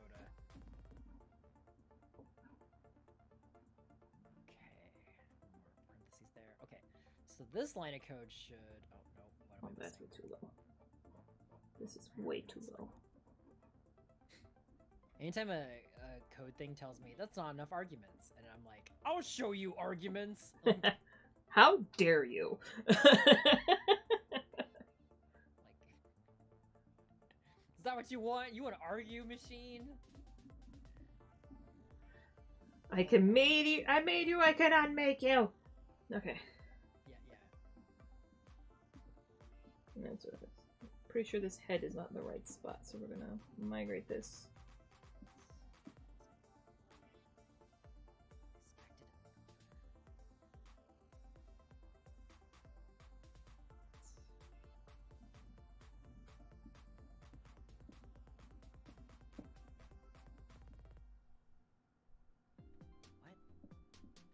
What? What are you talking about? Hmm? Sorry, I'm just. It's.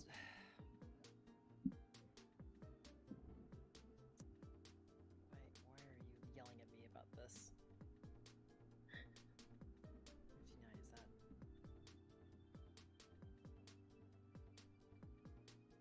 Here.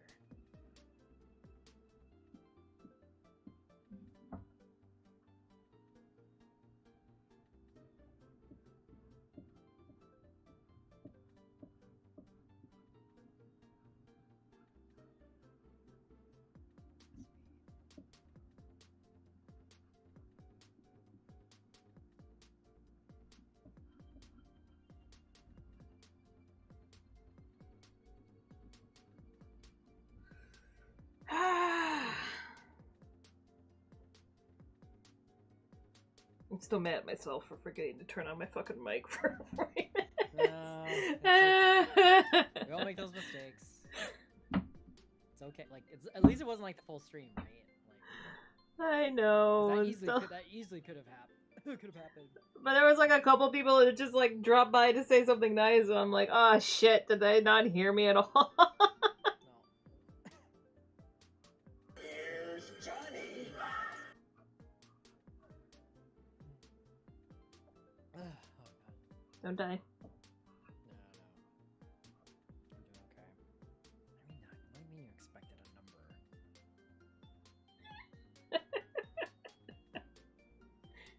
I just love when you get mad at your code. Yeah.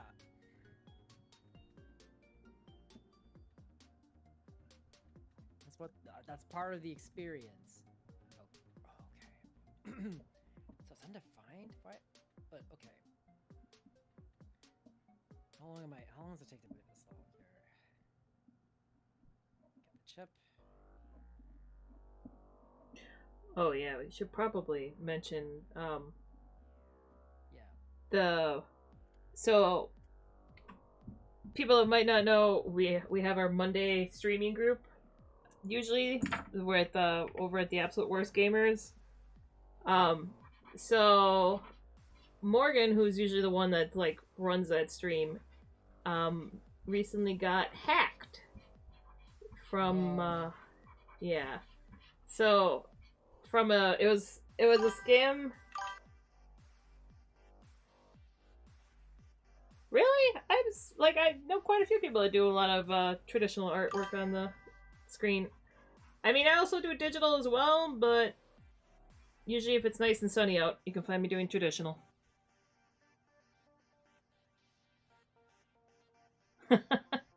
Thank you. Oh, sorry. My brain. Train of thought. Gone. Just completely gone. You're talking about the hack. Yeah, I was trying to mention. Anyways, I was bringing it up because I was like, people gotta be careful because it was essentially a hacked Discord account from an old coworker of hers. Contacted her, chatted exactly like this person for a while, and then was like, "Can you look at my video game I've been working on with friends?"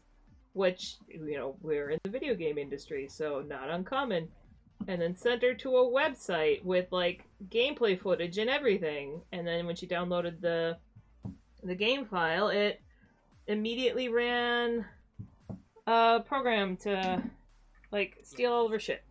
Yeah, it's without like going into super specifics about it. In general, yeah, just be vigilant around like people send you links, make like verify, yeah. Yep. Verified some outside of that. As someone that has definitely sent like builds of Tower Bolt to people, like to friends, like demo builds for like, hey, can you check this out? Like, I want like you to like get some feedback for me, and like I can entirely see the flip side of it. That like, if I'm not like making sure that this file is legit, like from their perspective, I could look like I'm one of these scammers. So it's like I highly empathize with anyone's in the reverse position where like they thought it was legit, and it's like, yeah, I can totally see how like that could happen, and it sucks, yeah, like there's I don't know if it's just becoming more common around of a scam around game devs in general, like but regardless if you make games or not, do be vigilant about Discord bots or scams like that. So just be careful. It does not take too much time or effort to just be like, hey, like what is this link before clicking it? Take your time with like communications like that. Yeah, mostly I would say like if someone kind of contacts you and it's not somebody you've already been talking with for a long time about something like this, go out, either demand to be an itch.io or a Steam link, or like verify with a different different like if they contact you in Discord, go message them on Blue Sky or something and make sure. Yeah. Anyways, yes, I for those that are asking about the traditional stuff, this is Yupo paper that I'm drawing on. So it's like it's meant for acrylic ink pouring, not really for pencil work, but I use it as such. It's a bit like Duralar. But it's kind of like working in pen in that once you erase, you can't like redraw over that spot. But it's very blendable, so it's a bit like drawing on butter. But yes. I think I do tend to stream. I've been streaming mostly traditional, I think, recently. Yeah, I'd say so. Yeah, just because if I'm doing digital, it's usually while I'm like crab personing on my couch. Late in the morning or early in the morning. Nice. Problem. The what? Sorry, I didn't. I keep Oh, stepping on what you're talking about. You're talking about you were referencing the wrong thing? It turns out, okay, the ghost data is fine. That gets saved correctly and is showing the right thing. But I think the speed save data actually isn't. I think it's getting deleted. Actually deleted when I do the haunted reset. Oh, so that's problematic. Yeah. So that's the kind of thing that I gotta figure out. Crabs. Crabs. That's very. Why? Reminds me of a picture from Stephen King, The Wastelands. I am familiar with Wastelands. I have not read it, but I'm not familiar with the image you're possibly thinking of. And White Knight, why crabs? Are you talking about the digital crabs? I know I need to finish it. I will get there someday. For those wondering, I started making a terrifying human crab on stream. And I was going to finish it as an emote, and I have not yet. And they're... Oh no. they've been on me. This is your turtle level. Uh-huh. This is your turtle level. Oh, crab personing on the couch. Yes. That's why I was up till literally past dawn trying to get contract work done. No, wait. Cause yeah, like my little bouncing guy on the side, like that's my digital artwork. So it's like I do digital.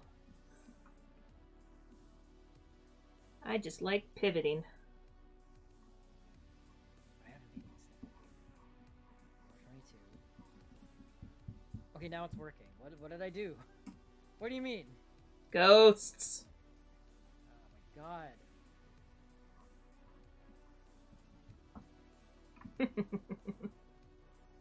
Yeah, that's it, but... Huh? Maybe... What? Maybe it hadn't committed? I'm not sure how... I don't know. How can that floor have ghost data, but not a saved speed score? Is that all what's happened? This is what I'm talking. Okay, I think I need to start. I'm gonna start like a brand new, like vanilla save, play a couple floors, do the haunted reset, and just see what happens. Why are you questioning it? Why are you looking a gift horse in the mouth? Because I made the gift horse, and I need to make sure the gift horse works. God. Wow, I really did. Oh, well, now this floor doesn't have... Okay. God. Yeah, something's funky. Okay, 426.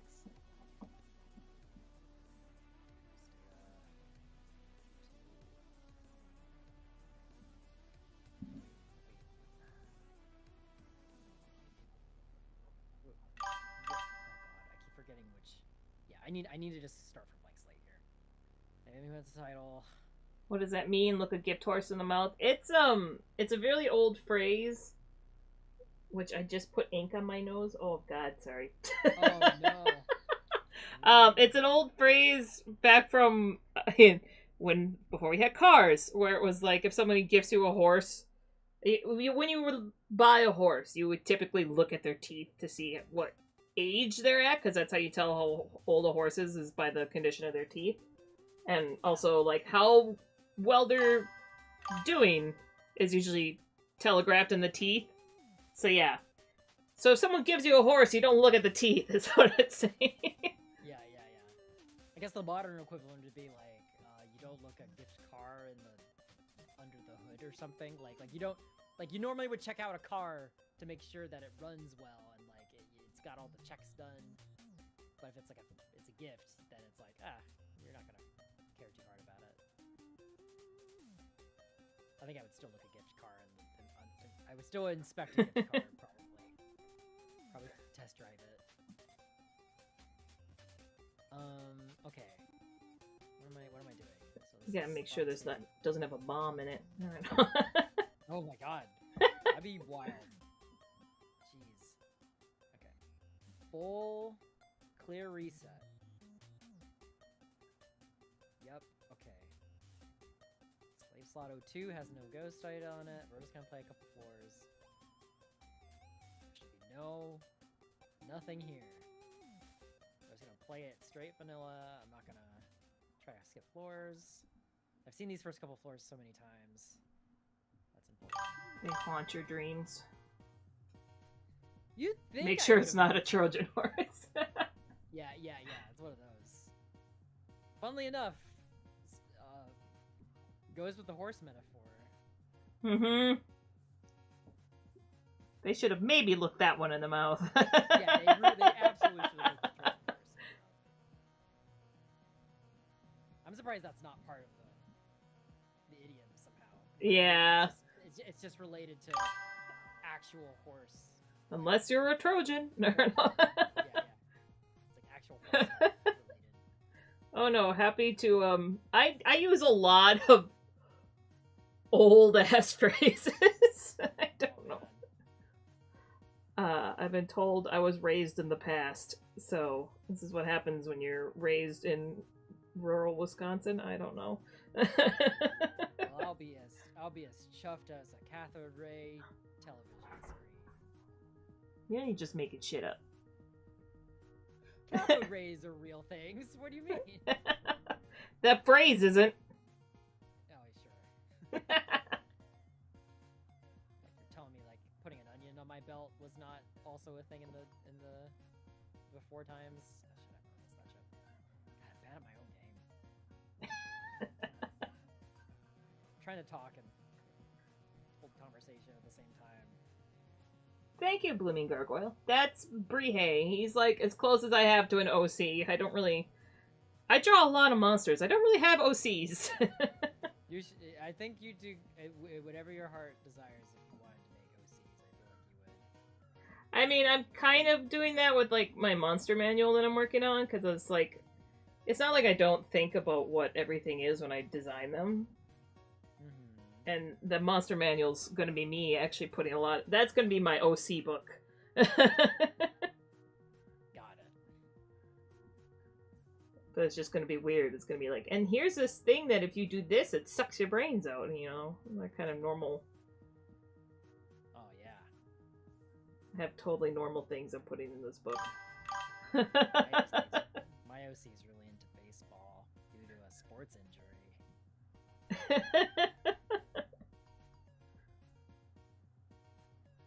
It's like, I think people that have like normal OCs are like, they're the ones that are going whole hog into the Tomodachi life right now.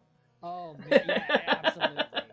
Yes. But I just really like the idea of like, I'm not playing Tomodachi Life right now, but like, it'd be fun to be like, oh, hey, let's put our friends in there, and then like, you just put in all the fictional, it's like, oh, we got like Darth Vader, and like, we have Aang from Avatar, like talking with, I don't know, the Samus from Super Metroid, and seeing all the dumb interactions that happen. It is a very fun format.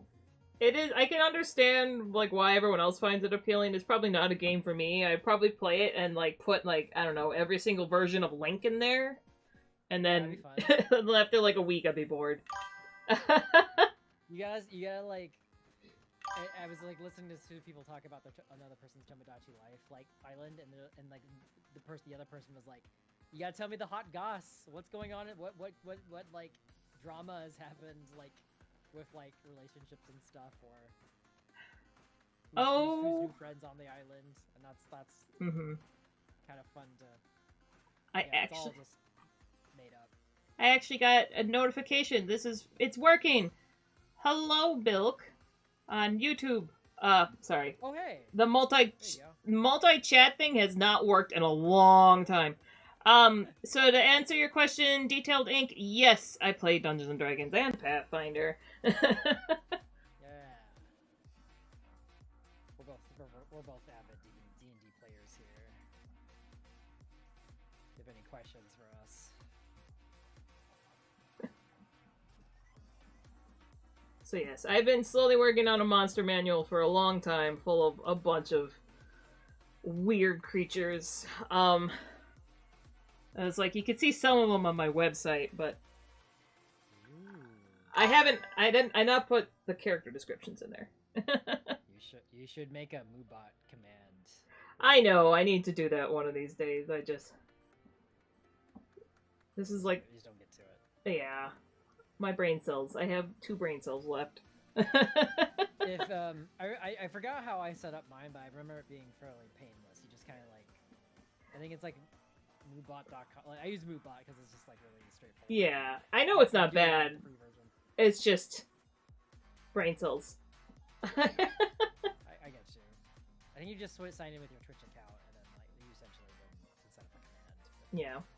whatever you want. I'm just gonna get all the way to the end of block 1.2 here. The husband's super excited whenever he met. That's good to know. I have, yeah, I kind of, Ernesto made me have like an ultimatum. He's like, you need to pick if you're working on our game or the monster manual. I'm like, don't make me pick. Yeah, I mean, he's right. It's helpful to choose one thing. It helps to get things done for sure. Well, I mean, it's also the point where he's pretty much, he's not saying don't work on it. He's saying stop adding new creatures. Because I just keep drawing new things and I need to, like, sit down and write out all their stats. This is the problem. I don't know if I like the way I started doing these scales.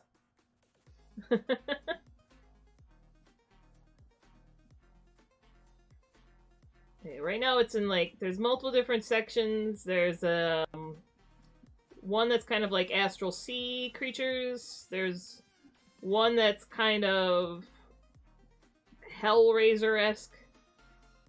Like, people want to do a lot of horror in their games. I'll have that chapter. I've got one that's just like basic animals to just kind of fill out the world, because D&D doesn't really have that. Yeah, I know. D&D doesn't really have a lot of stat tables for like, what about this, like, I don't know, this beaver over here? Does this beaver have stats? What's the stat block? Well, I mean, the beavers do have stats, but no, I'm like, I want to do, because it's a magical world. Where the heck is all the random magical little things that aren't, you know, dragons? So I have a lot of that. Sure. And then I have dragons. Like fantastical mundane animals is the way of putting it. Don't ever see drawing monsters as a bad thing. Yeah, usually, unless you're trying to get a job and they're like, do you do stuff besides monsters? It's like, why'd you call me in here? It's my specialty. Okay,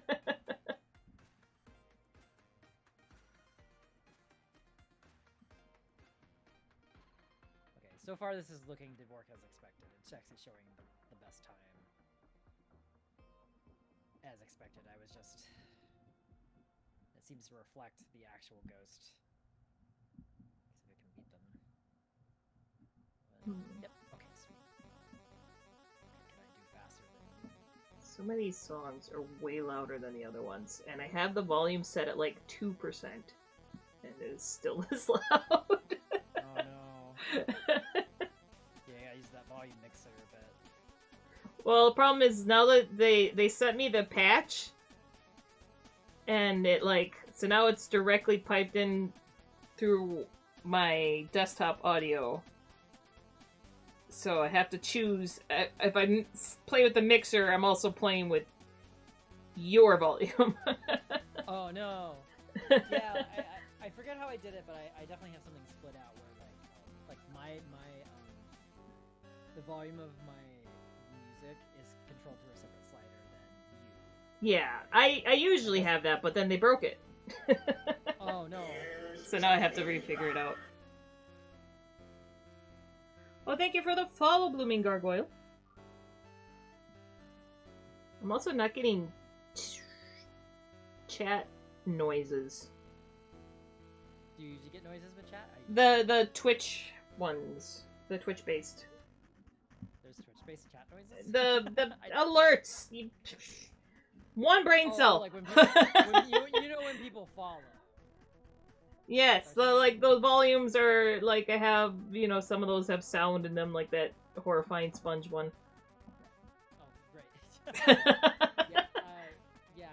That's if you have your alert set to Twitch. Yeah, look at their settings. It is kind of a wonder how streaming works in general. Like, there's like 80 different ways you can set up how your stream works. And anytime I think I talk to anyone else about how their setup works, it's like, sometimes it's like, are we speaking the same language or have the same anything with how we do this thing on the internet?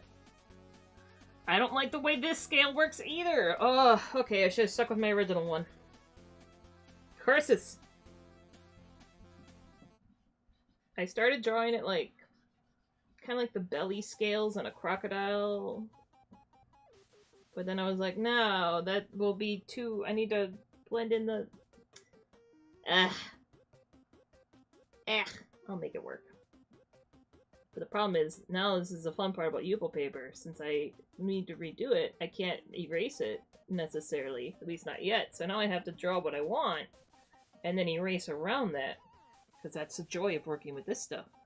Also, Orange Cat, are you referring to Brihei? He's not quite a cat. It's cat adjacent. Slower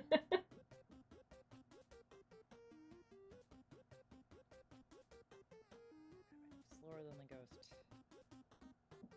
Regular. Cool. Okay. Did you find your ghost in the machine yet? Yeah. So far this is working. This is the kind of testing I need to do anyway. So like it feels like it's working as expected. Trying to think of any other edge case. None of the chips are collected. Yeah. Let's see. We're on floor 24. Oh yeah, and it shows that the speed's already there. Okay. Oh, the one brain. Yeah, sorry. That. I get. I understand it now. The one brain cell. Orange cats share one brain cell. This is canon. Orange cats sure do. They The are. himbos of cats, as I've been described.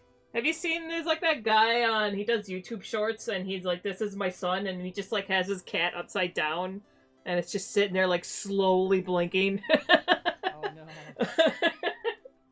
Oh man, the wind is picking up, and there's like a little Junko that's like trying so hard to hide in the grass. Oh no. My style has many eyes and appendages. Thank you. Yeah. No, this is a style I was playing around with. I call it my goop style. Not associated with the Gwyneth Paltrow's yoni eggs. Right. That But- took me a second. But yeah, no, so I blended it in here because I want the dragon to stand out more. Friend has 2 orange brother kitties and they call them the himbos. That's pretty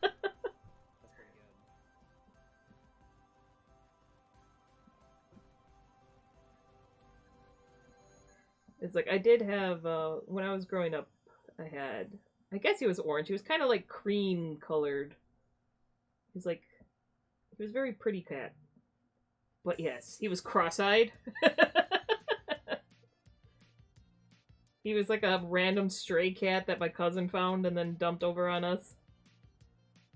He pretty much just lived under the couch. He liked my dad and nobody else. That's can be very specific about who they like having around. Well, it's weird because every other animal in the house absolutely terrified of my dad. So it's like, what the heck, Chester? Maybe that cat was just lacking a survival instinct that the other animals were like, oh, let's be afraid of this one for reasons, and this cat's like, why? I welcome death. Oh no. It's free real estate. I mean, that probably was a good reason, or one of the big reasons why, is my dad just, like, passes out and is, like, lazy boy for long periods of time, so that cat was probably just, like, hot man to sit on chest. Heating Place of pad. heat. Yeah. Free heat pad. I think I'm going to commit this change here. Seems to work well enough for what I need it to, so I think the next step is Oh, Messaging that's on very Discord sad. chat. Detailed. I'm sorry about that. Aw. 20 I'm sorry years to is hear a that. is a good long life, though. I mean, you've obviously taken very good care of them. Yeah, I'm sorry to hear that. Yeah. Losing a pet is never easy. No. Hearts out to you, Detail. Mm-hmm.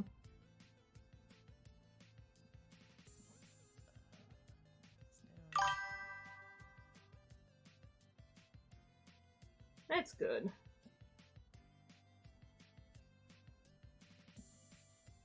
It's like it's the best you can do.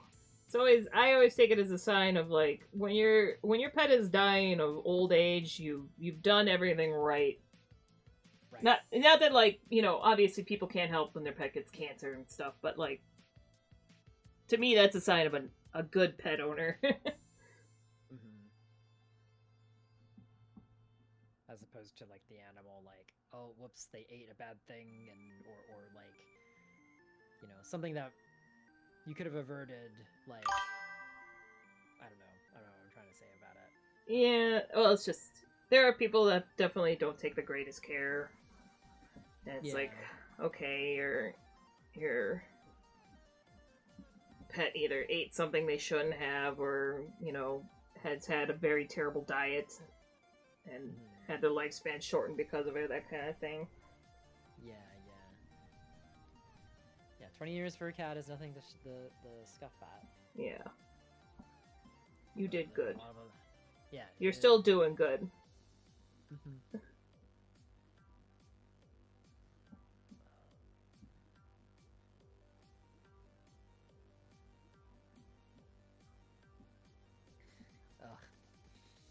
It's like I'm calling this haunted reset in the check-in Do notes it, for this. do it, do it. That's just so I know as I start. Oh, that's good. That's good.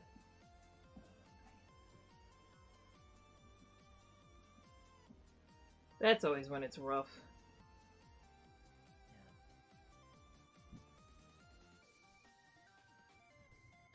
So I know one of my friends just had to put down her cat of 21 years. And yeah, she's like having a moment. She's like, is this the right decision? And then we were talking about how, like, when I had to put down Xena, it's like, it was her time. I mean, she was tired. And I told her, I was like, I've never regretted it, having to put her down. Because it was just, I mean, she couldn't even, like, get up to go to the bathroom anymore. So it's like, it's a hard decision, but I've never regretted it. There's like a level of like, you know, just looking at like how much suffering your pet is on a day to day, and it's just like, is it still? Does it still feel like it's worth it still? You know, like for them to have a bad time, like it's rough. Yeah. I don't mean to. Yeah, like we don't have to be heavy or talk about it as much more as we need to, but. Yeah, no, it's like she didn't even react when like the lady came to our house to do everything. Oh, really? Yeah, she just sat there sleeping while Ernesto and I were petting her. It was like, yeah, I think she knew it was her time. She was good. But yes, I had a pet named Xena. She was an Akita. My partner's allergic to cats, so I have dogs. But she lived to be 14. And yeah, I adopted her when she was 8 months old, so she came with that name. And they spelt it wrong. Oh, right. They still have the Z, right? Yeah. Regrettable. Like, Childhood Kitty made it to 23. Yeah. That's a good long time. It's like Xena was pampered till her last days, too.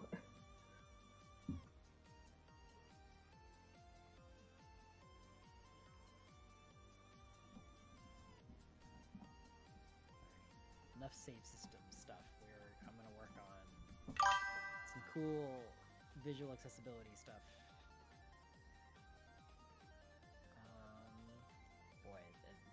glitching is really real. Where do I go? Where do I go? Let's see. Actually, that should be. Alright, I do like these. I'm making like fish scales in here, and it matches more what I did with his head, so I like this. This is better. Okay.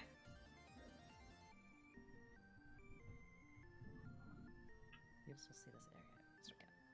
So, in my accessibility settings, I have a reduce flashing button. This reduces flashing effects throughout the game.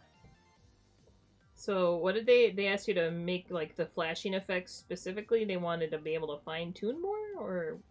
No, I think in general, like, I gotten more feedback from someone that was, like, a little more photosensitive than, like, you know, what I can take my best stab at, like, settings. Ah.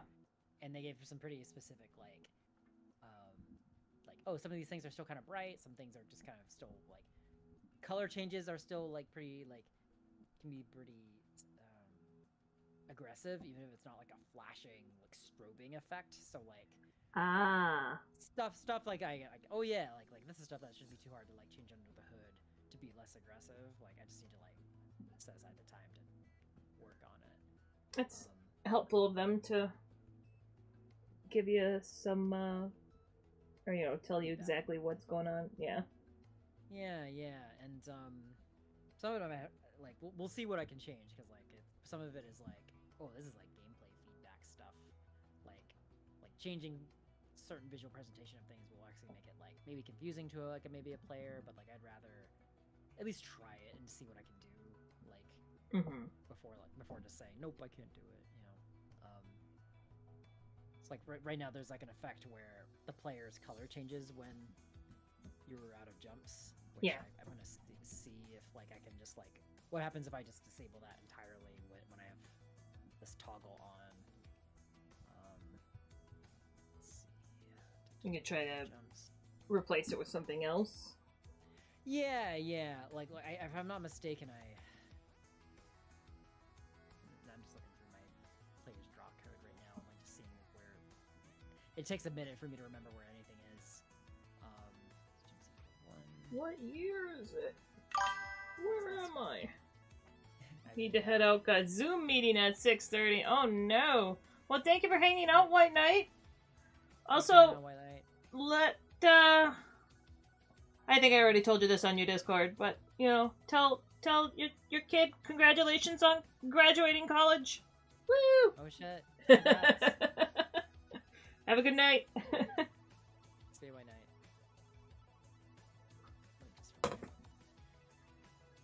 Turn off the laser. Calm down.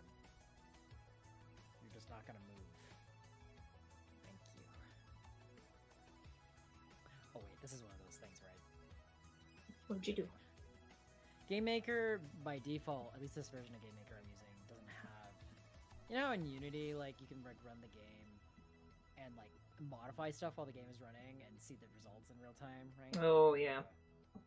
GameMaker doesn't have stuff like that by default, but I have a plugin that allows for it, but I have to enable it for every, like, code file that I Oh. want to enable it on, like, by adding a single line of code. Not very hard at all, but I have to kind of globally disable it everywhere because it takes up performance, like, at the end of the day, in an actual build of the game.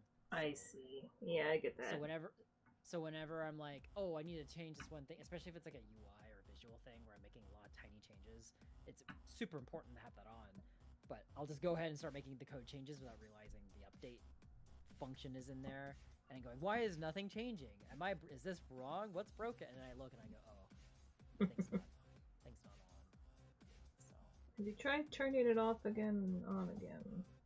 you'd be surprised how often, with the most advanced problems that can still just often fix it. It's really silly. I'm kind of surprised that I haven't had it happen during the stream yet, knock on wood. But my Ethernet cable keeps doing that to me, and I have to keep plugging it in. And Oh no! That's a terrible thing to have on the fritz. So I kept doing it last night when I was playing. Oh, you guys! It was like, if you ever get any spare funds for it, get Windrose.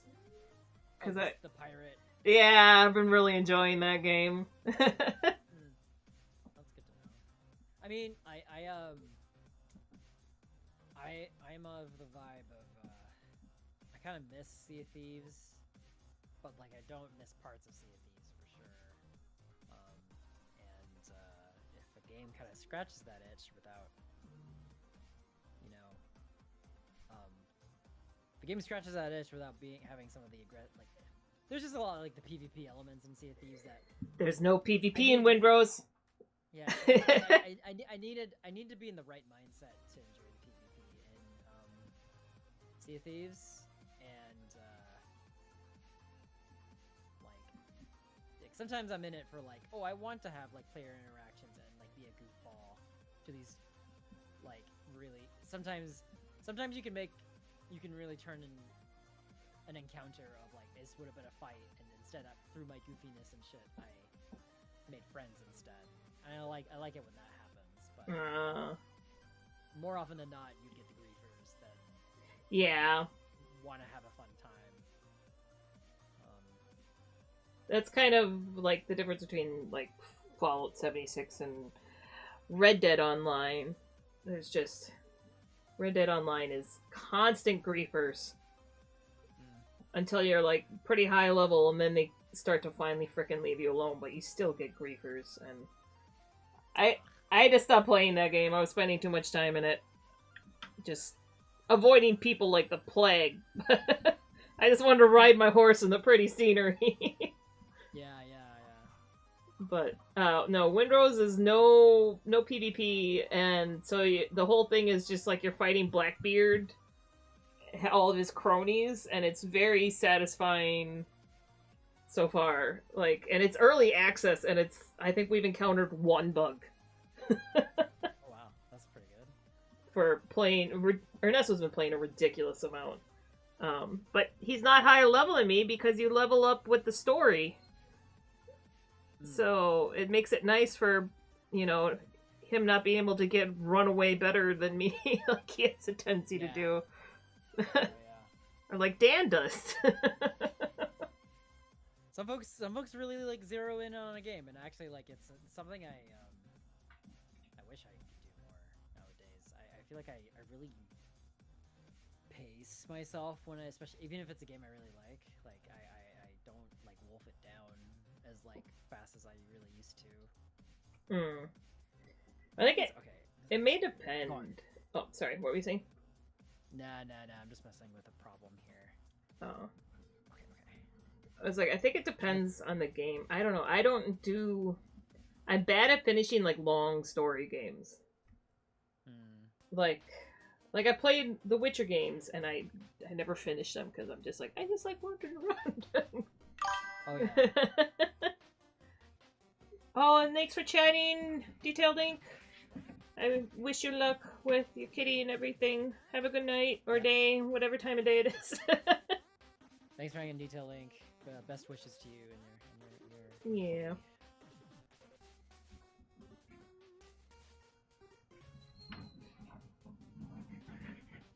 There we go.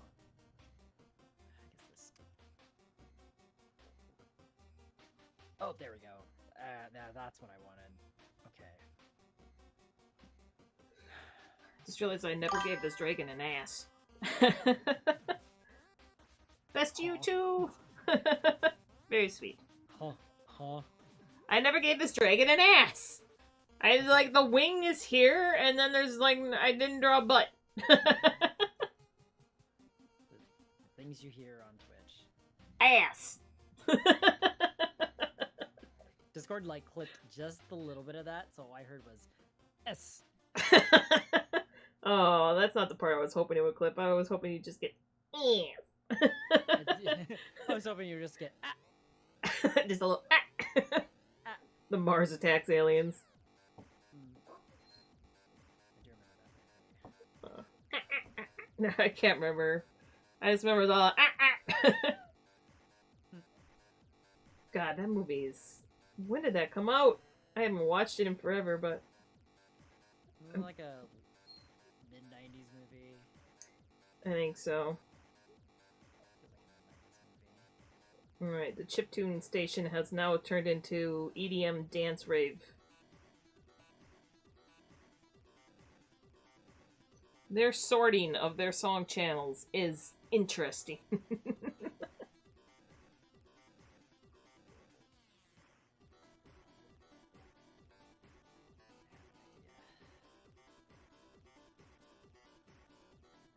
Oh.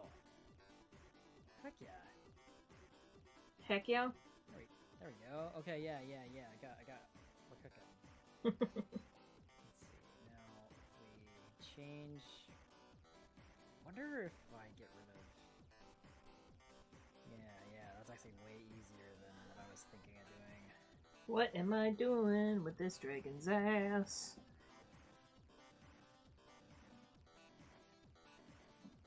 Let's see here.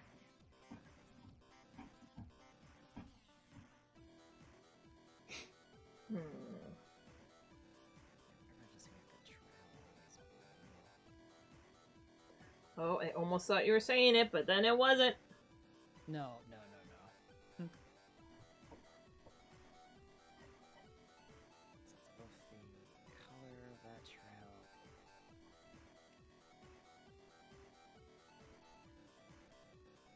Also the flickering effect when... Oy, okay. This is good. Finding the right things. Just may take plugging into stuff I haven't really changed in a long time. Oh man. I got I've apparently reached that point in life where when friends become tattoo artists, I will let them tattoo me. Oh, that's like the handshake that happens when it's like, Well, because it's like, it took me a very long time to get a tattoo because I was very picky. Sure. Versus, It's fair. yeah, like my brother got tattoos like immediately and they all look like garbage, and then he had to get them all tattooed over Yeah. eventually. And so I'm just like, I waited till I found an artist I like, and then I've been like slowly having her, do my tattoos over years. And now my friend Morgan, another Morgan, is now apprenticing at a tattoo shop in Seattle, and she's like, somebody let me tattoo you. Oh. So she did a little currant berry, like with flowers and leaves or whatever on my leg, and the problem is like she took a very long time to do it. Oh. And she did a pretty good job, but my leg is now sore as hell because of because she was a little rough. Like just a long time, but it's like I've never been sore this long after a tattoo. Oh man. I know, well, it's not like annoyingly, breaking me. It's just, But you feel it. yeah. And I got to help her out, and it was fun hanging out with her for the day. What if we just do... There we go. No more flashing. Okay, so now... Okay, just kind of drawing in where this dragon's butt's going. Booty. How much cheek? Oh no, I just caked it up. Nope, not cakes. Doesn't make sense for them to have cakes. They're not sitting. I just watched a viewer go down by like 3 when I played. They took umbrage with your cake. Dragon cakes? No. There you go. On mytwitch.com. I'm gonna get reported for not labeling the stream as adults only or something. You're fine. Whoa.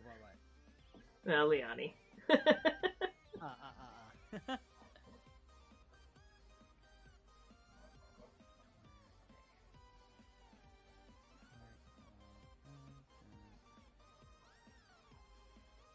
see, that sets it to...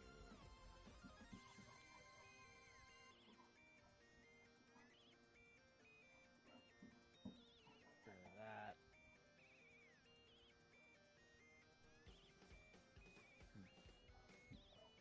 I see. I think they may have made this too short. I'm gonna push this back a little further yet.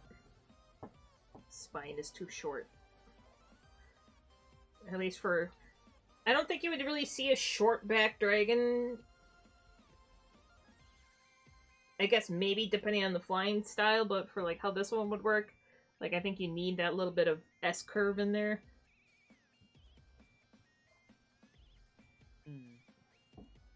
To get momentum.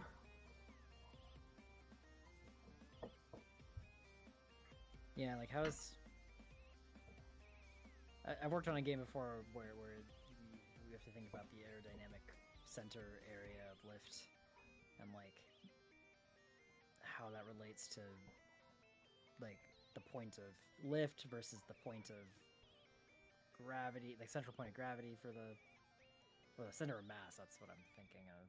Mm-hmm. The center of lift and the center of mass have to be in very specific spots for a plane to take off well enough.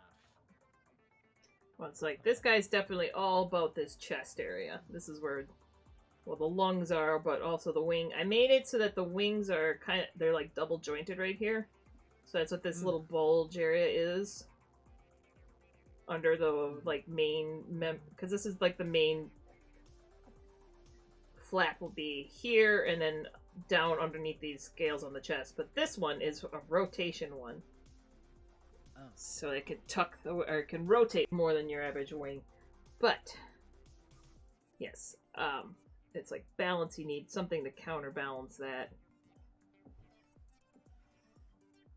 Beep.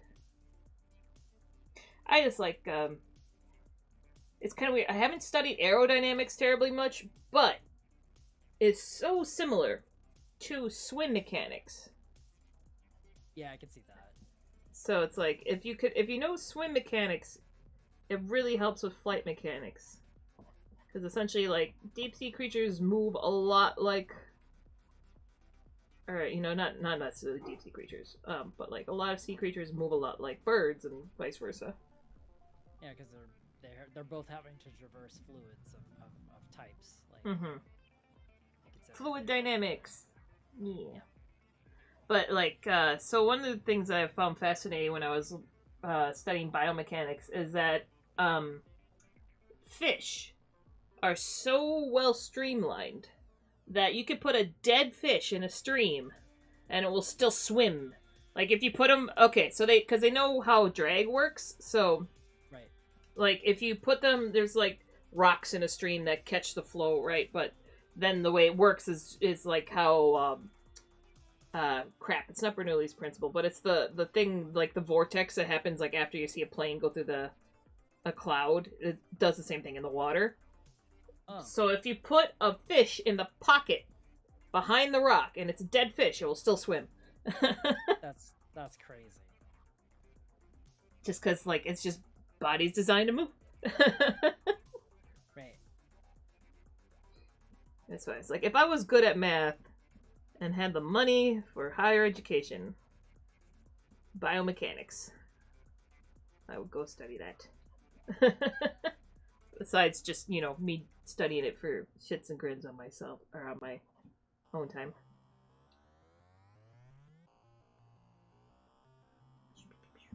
It's like fire ants. Fire ants are fucked up. They act as a liquid. If you get a fire ant colony together outside of their hive or whatever, and you put them in water, they form a raft, and then they just keep rolling the raft so that the ones on the bottom don't drown. Huh. And it literally just moves. It's like they realize that fire ants in one big group follow fluid mechanics. There's like a hive mind, sort of like. They're just, it's like hive mind combined with like they just know how to move in a way that like, oh, that benefits the entire swarm. Yeah, it's crazy how well fire ants work. Because, yeah, they're like, here's them surviving a flood as, like, a ball of moving fire ant water.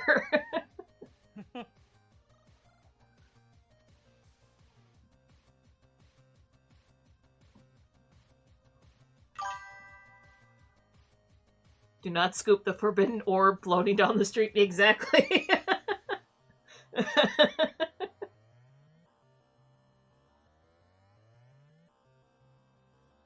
Terrifying. Okay, oh, okay. I said the terrifying, like, oh, do I have enough hard drive space to record this stream? I do. Oh, Jesus. I should free up some space though after the stream though. Hello, Omega. How are you? Hi, Omega. I suppose I should plug a little bit of the other streams I do. It's a little more uncommon that I do game dev / creative streams like this, but what I've been streaming more lately is horror games. I probably will do a stream this Friday. I was about to say, did I miss one last week? Did you do one last week? I did a very short one last week. Oh, I didn't get a Twitch notification. I gotta... Yeah, I no, got- that's totally fine. You're okay. I gotta double check that. Honestly, I mean, it depends how regimented I want to be. Like, really, I could have like a Discord server that puts out notifications and stuff, but because yeah, I've actually been extremely. This is my fault. I've been very loosey-goosey with like the schedule. I have not had a consistent schedule for the last couple weeks. Same. Like jumping. Yeah. Not just like in general, but especially with streaming. But I'll probably have a stream this Friday in the evening, Pacific Standard Time. I've been playing a game called Signalis, which has been pretty neat. Oh, I've been meaning to play that. The Signalis. I was like, if you ever want to play co-op ones, where I know you usually play with Morgan, but if there's ever one where she's too chicken shit, I'll play with you. She's gotten a lot better. I want to give her a lot of credit. Like, Yeah. She's definitely been growing on that. I love playing horror games. So yeah, I've been kind of meaning to do the same. I used to do games on Fridays. I have not done that in a while though. Yeah, it's totally okay.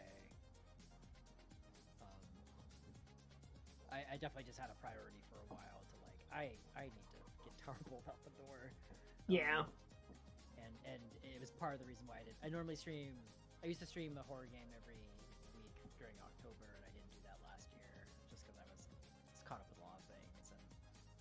And I was like, this is gonna be a makeup October. It was kind of like my mission, but I don't know. Like, Signalis will probably take another stream or two. After that, I may evaluate. Like, okay, do I need to just be heads down for a bit, or should I just keep streaming once a week? I don't know. Yeah, because weren't you talking about playing Don't Look Outside? I thought, like, I don't know if I could do a full playthrough, but I would definitely be invested enough to be like,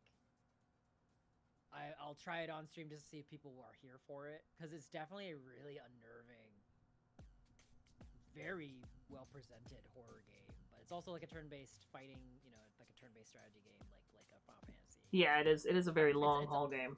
It's a long haul, slow burn game. So yeah, I'm not quite sure if it's what folks would want to watch. I don't know. Mm-hmm. It is. I've also seen. I've seen some gameplay of it, but I know the depth is so deep that like I get the feeling no two playthroughs will ever be the same because there's just so much. Oh no, there's so many endings in that. All right, sorry, I gotta catch up on chat. Omega. Yeah, go for it. Deep in the Lurk, another streamer I follow is a tabletop RPG world they're working on and making an OC, having fun designing. It's going to be a Fey bard that was born with the ability to see the future with premonitions, singing and telling tales of misfortune, bad things. Ooh, that sounds fun. That's what I was thinking. We were talking about earlier. I was working on the monster manual, and I can't quite keep drawing creatures for that because I have so damn many, and I have to work on our indie game. But I am tempted. I do.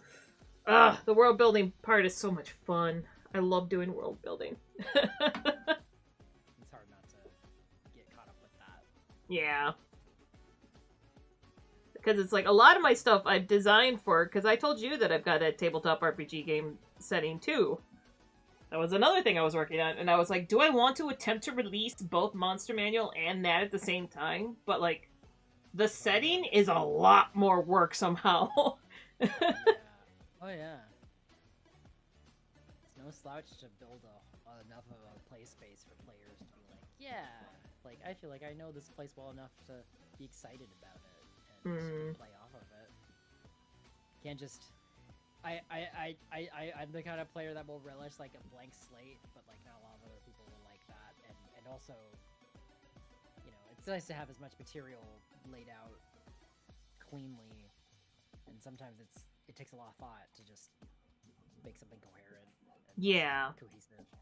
That's the other thing is, like, I'm trying to figure out the balance between, like, how much do I hold people's hands and how much am I like, here's the world, do what you want. Right. Yeah.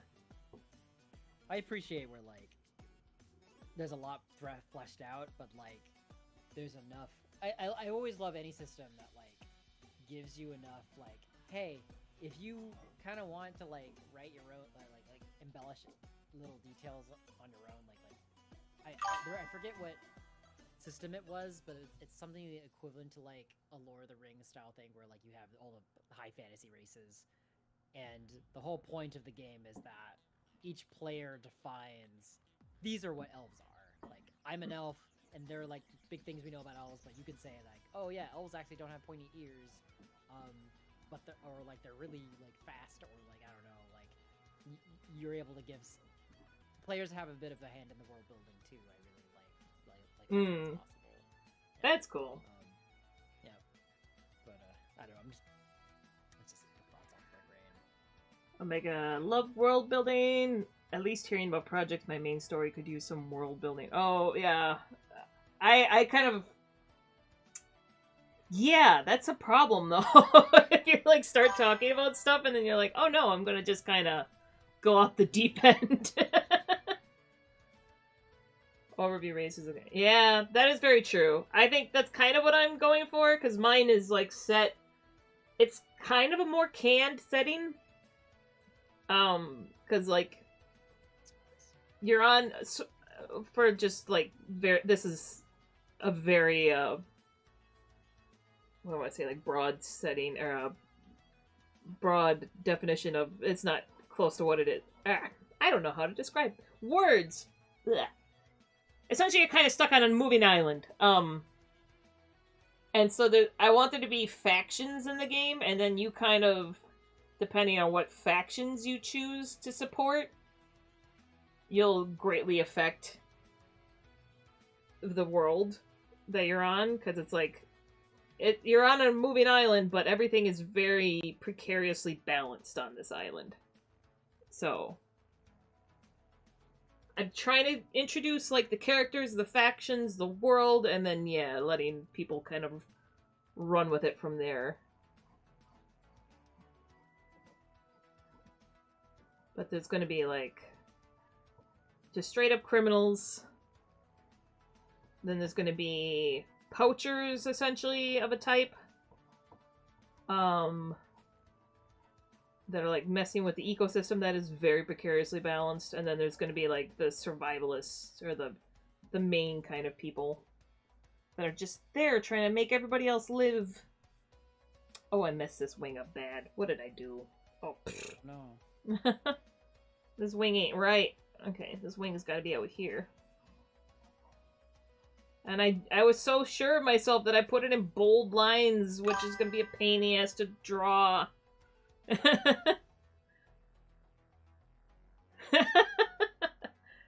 I'm a little, like, part of the mechanics of it are the island is very creature specific, so it's, I don't want to tell too much lore dumping on stream, but yeah, a lot of it is like, oh man, it's frustrating when you're working on a project and it's like, I've been terrible for a long time. Like, I wanted to really stream a lot more of the development, and like, but then it's like, how about some of the story I do want to like leave as a surprise, or like I want players to discover it. Like, yeah. I'm less precious about that now since the game is out. But like, yeah, I feel it's not exactly, it's all apples to oranges, but I see what you mean. Yeah, no, there's some stuff that I want to, like, I could draw, but I'm gonna have to be like not explaining necessarily. That's role in society kind of thing. But also that the tabletop RPG is currently on the back burner because I have so many other things I gotta do. Oh, you're making me tempted, Omega, though. Don't. How dare you. But no, I gotta finish the monster manual.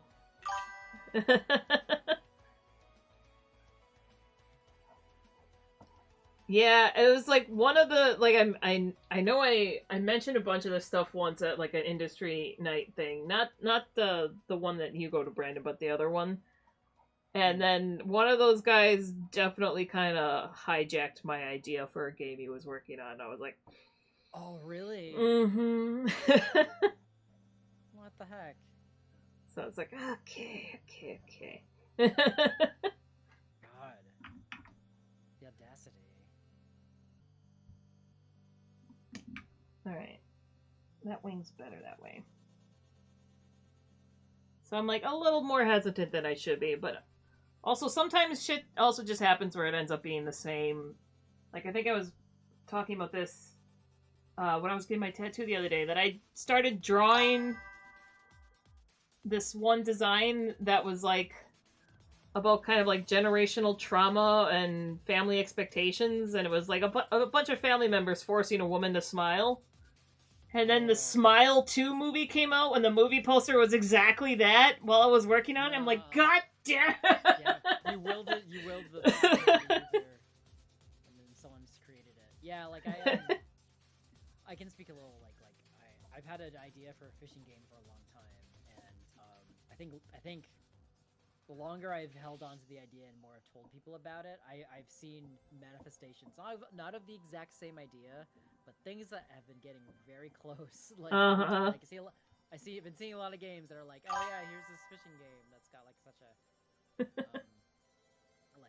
the particular things you've been talking about, Brandon. I'm just like, damn it, like man, part of it is like I think I'm making peace with it. I'm gonna be too slow to like be ahead of that curve to make a game fast enough before those other folks can. Like, but also it's like there is like a collective consciousness, I feel, in the sense of like everyone loves fishing games, and like that genre is only going to become more, I don't know, represented over time, and it's only a matter of time before like someone ends up throwing the dart close enough to my idea to be like, you made the idea first, even though like I had it in my head all this time. Perfect alignment, yeah.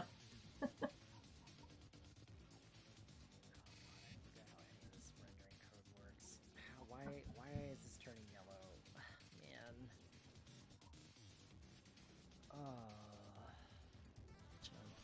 Color. Where's this being set anywhere? It's like the indie game, not the one, well, it's a little funny. The game that I had to do the rush work for, when they were describing a lot of it, it was starting to sound a lot like the game that Ernesto and I are working on. Sure. So then I was like, when it came time to sign the documentation, I like told him, I was like, just so you know, some of these elements sound a lot like the game I'm kind of working on. Not like, definitely not like we're stepping on each other's toes, but it was like Corrupted Forest vibes. I'm like, okay, yeah, I just want you to know, I'm not stealing this from you. I've already been doing this on this other game. Yeah. And luckily they were like, oh, it's totally fine. That's good to hear.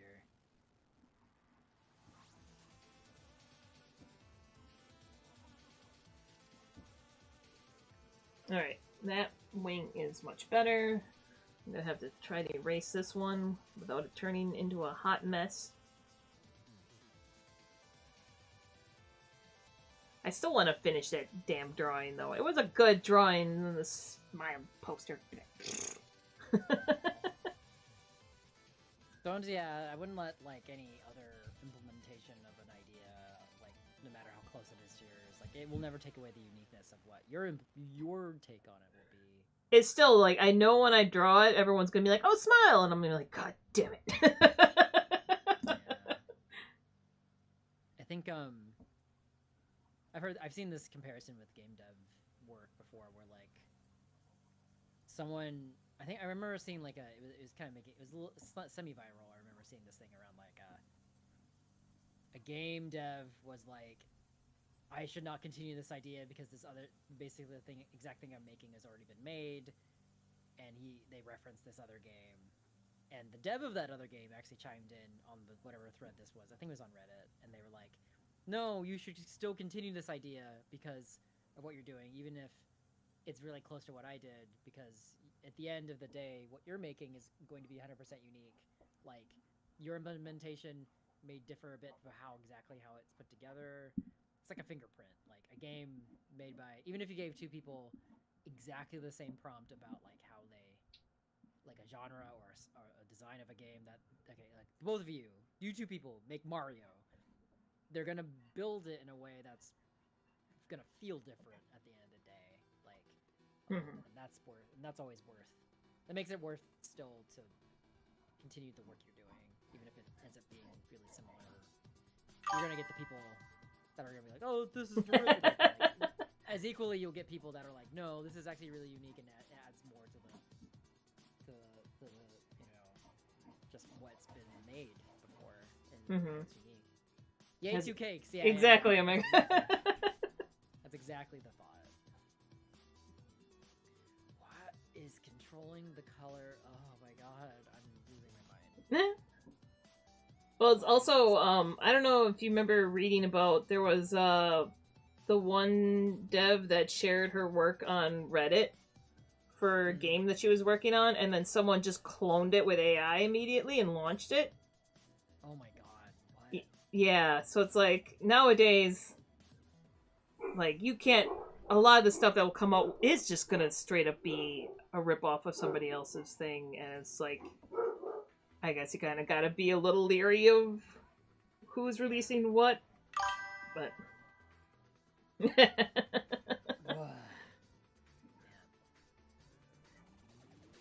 because yeah, at first she was like, I don't know if I'm gonna keep making this, and then I think the indie dev subreddit pretty much encouraged her to keep at it. But yeah, 'tis some BS.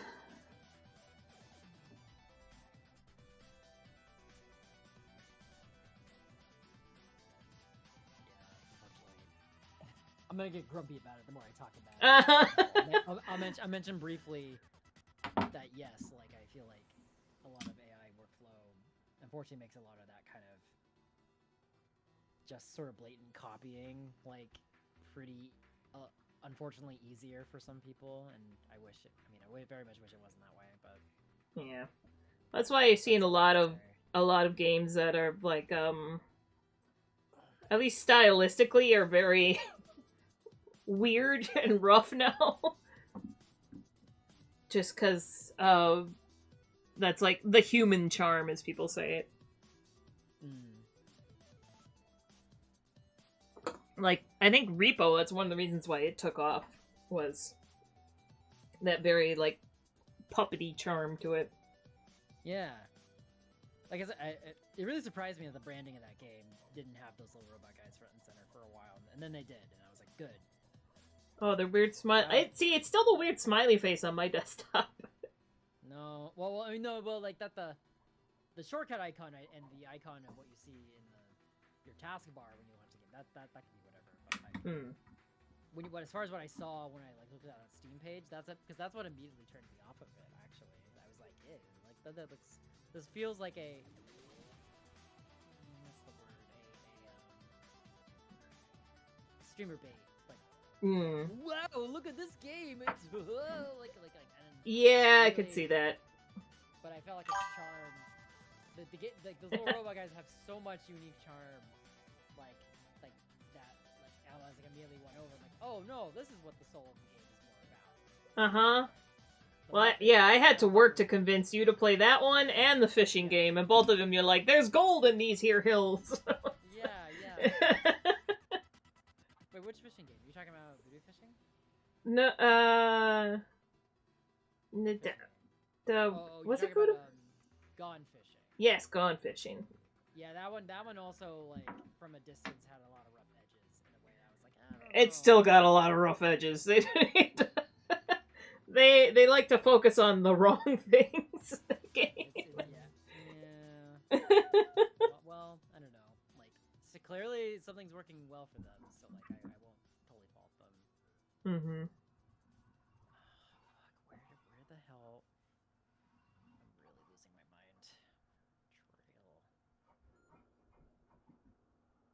mind. Okay. Wait, is this one of those things that I have to restart the game in order for it to make changes?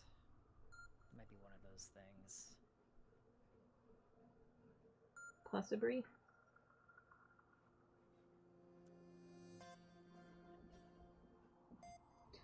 Oh, that reminds me. I do need the other thing, besides eventually someday learning substance designer from you, I also need to start doing audio design, I think.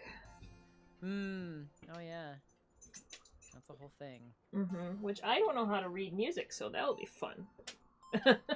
Oh, you'll have more of a leg up than I do. Like, I don't know how to read music. I don't. I became first you chair don't trumpet for years and never learned to read music. Oh man.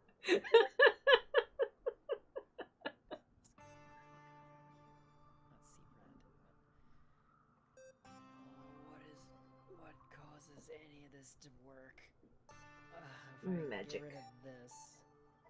Get rid of these 2 lines here. No. What? Where are these being triggered? Oh my god.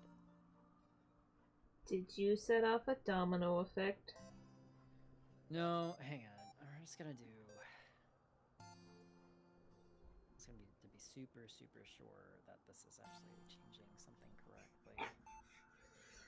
Right, the dragon has a booty. This bird is largely... The birds? Okay, the birds are working, though.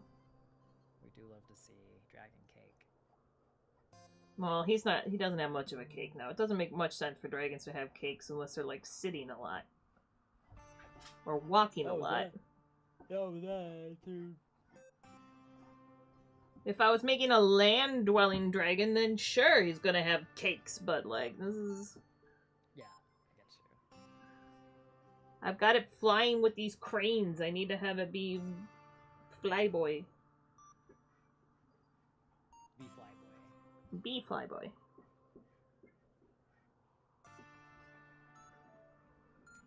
Oh man. Hmm? No. No. Realizing I might be close to 100 followers soon. No, I have not been super, like, I'm not, like, pushing for anything too seriously right now, but it's a fun milestone to think about. I actually had the thought in the shower this morning,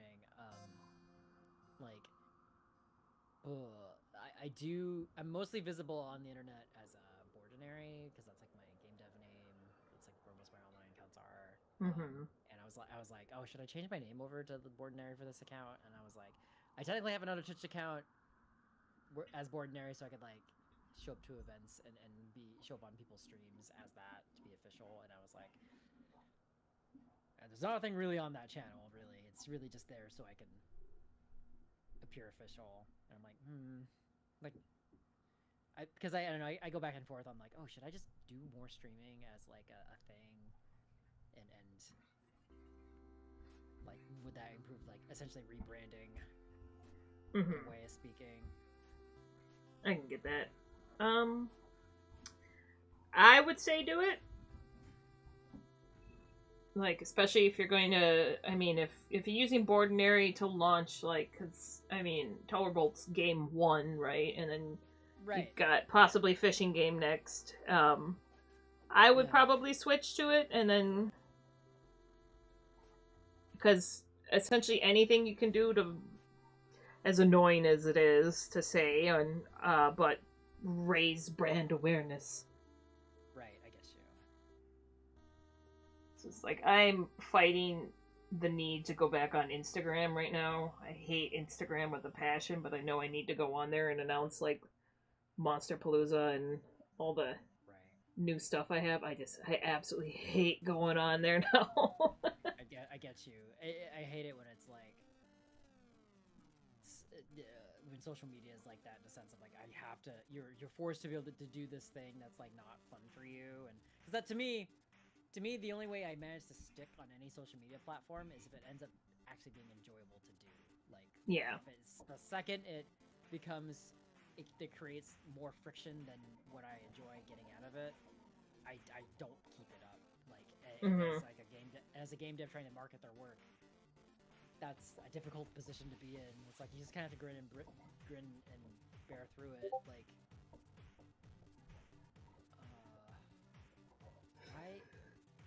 how is this particle mess effect it up? working? Shit. I don't know about that. Maybe I might leave that in there. It's not technically what the wing would do, but it follows the curve. Sometimes you gotta break anatomy to follow a curve. Just a little bit. Break an egg. Gotta break a theoretical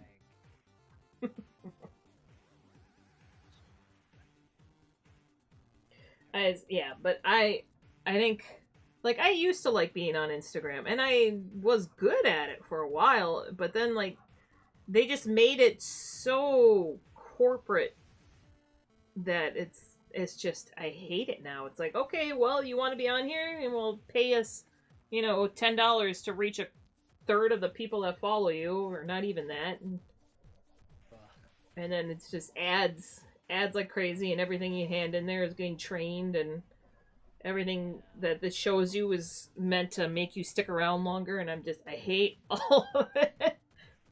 Yeah. I am glad that there's like a general revolt, I guess, against social media now. Like a lot more people are kind of backing off of it.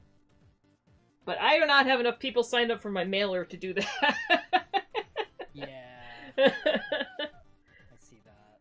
It's like if I had a really good mailer build up, I'd be like, okay, yeah, I can do this.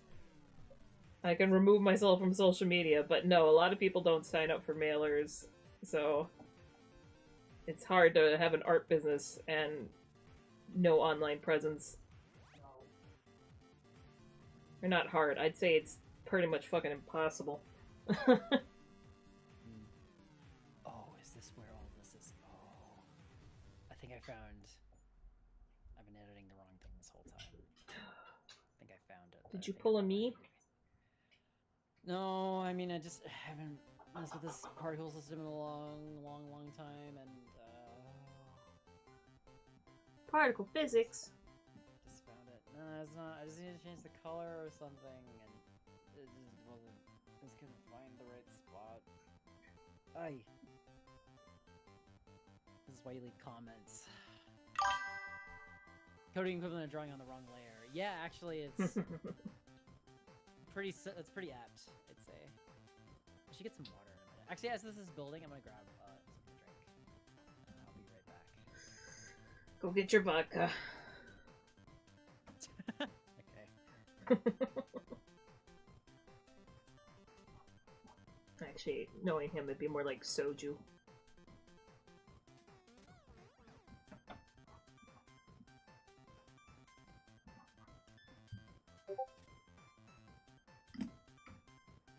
Alright. Chat, you need to all convince him we need a turtle level. Right? Right, Rayland?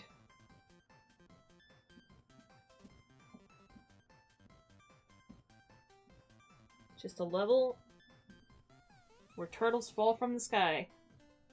And they make that little grrr noise while they try to knock you down.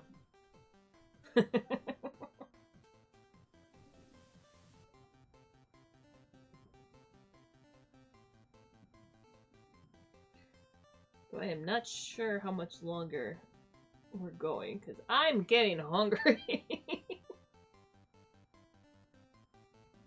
Alright.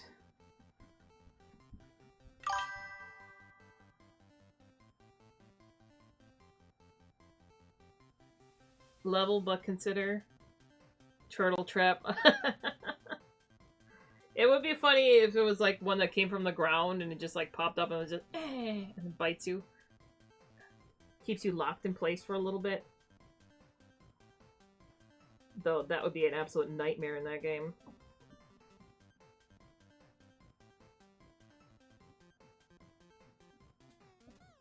Brandon's game is anxiety-inducing enough without that.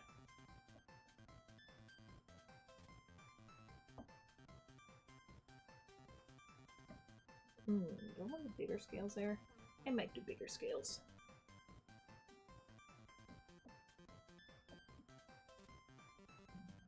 Also, my pencils are all I have to choose between very dull or one that's like shrapnel, like stab me sharp. That would be terrifying. Yeah.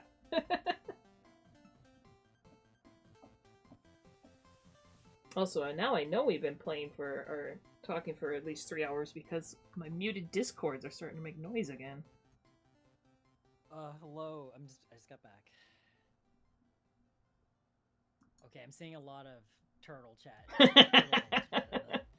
Well, what happened while I was gone? Nothing! Uh-huh. Sure. So anyways, about that turtle level. Oh my god. Turn that all off. What do you... Oh. Oh, actually, okay. That's kind of what I wanted. Okay. Yeah, totally normal conversation. Oh god. Oh, I gotta crack my back. Oh, pain. You okay? We're good.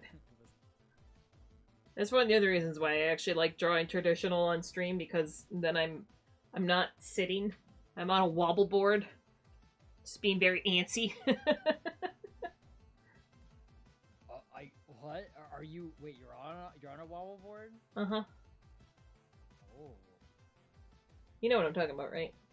It's like one of those, like, things that, you usually stand on it. It's like a sort of seesaw platform you stand on that you can wobble left to right and prevent it. It's for balance, and it helps train your core. Oh, I don't know about that. I don't like standing, like, if I stand at my desk and then, like, I get, like, my hip will lock and kind of freeze. So I got a board so that I'm, like, wobbling back and forth. But man, I got this when I was working at Netflix, and sometimes I'd be in a Zoom meeting just back and forth. For sure. Oh, yeah. It's probably really annoying to watch on that. Oh, man. I used to know someone at my previous job that actually walked on a walking treadmill as we would be in meetings. Yeah, and, like, it's kind of a similar deal where, like, I kind of just see their head bobbing, like, and it's like, I know they're walking, but it's also like, yeah, it's just my eyes detect motion, and it's, it's hard to not, see that. That's what Ernesto does. He has a little walking treadmill as well. It's great in theory, like, just like, oh, you just get your steps in while you're doing your job, even if it's like a little bit of motion, it does a lot. I don't have the room for one of those under my desk. The wobble board works well enough, and that way I can actually stop. Like, it's not a big deal to stop moving on the wobble board versus the treadmill. I'd be like, stop, and then I'd be slowly drifting back while trying. Yeah.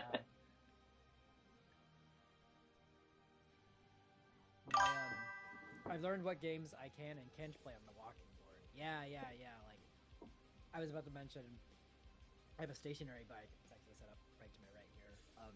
And that one also has a similar curve of, like, I can play certain things on that without, like, losing speed, but there are definitely certain games where I'm like, okay, I need to focus on this, and then my legs start slowing. But at least with this setup, as opposed to, like, a walking board or a walking, like, treadmill, there's no risk of me falling over if I, like, my wires really cross of, like, oh, I'm, like, stuck on the game and my legs stop moving, and then I'm like, oh no, and I tumble off the board.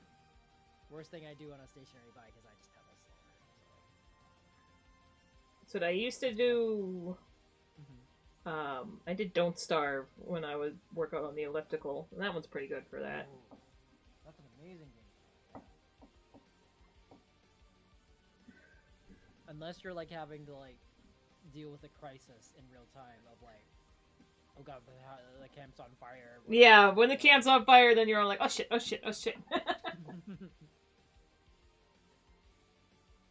I was playing Paleopines for a while as well, but that game needs some optimization badly. Metroid Zero Mission was chill as hell, but Power Wash Simulator, yeah. Wow, really? It's probably, maybe it's just something to do with the first-person perspective. Like, that's like a...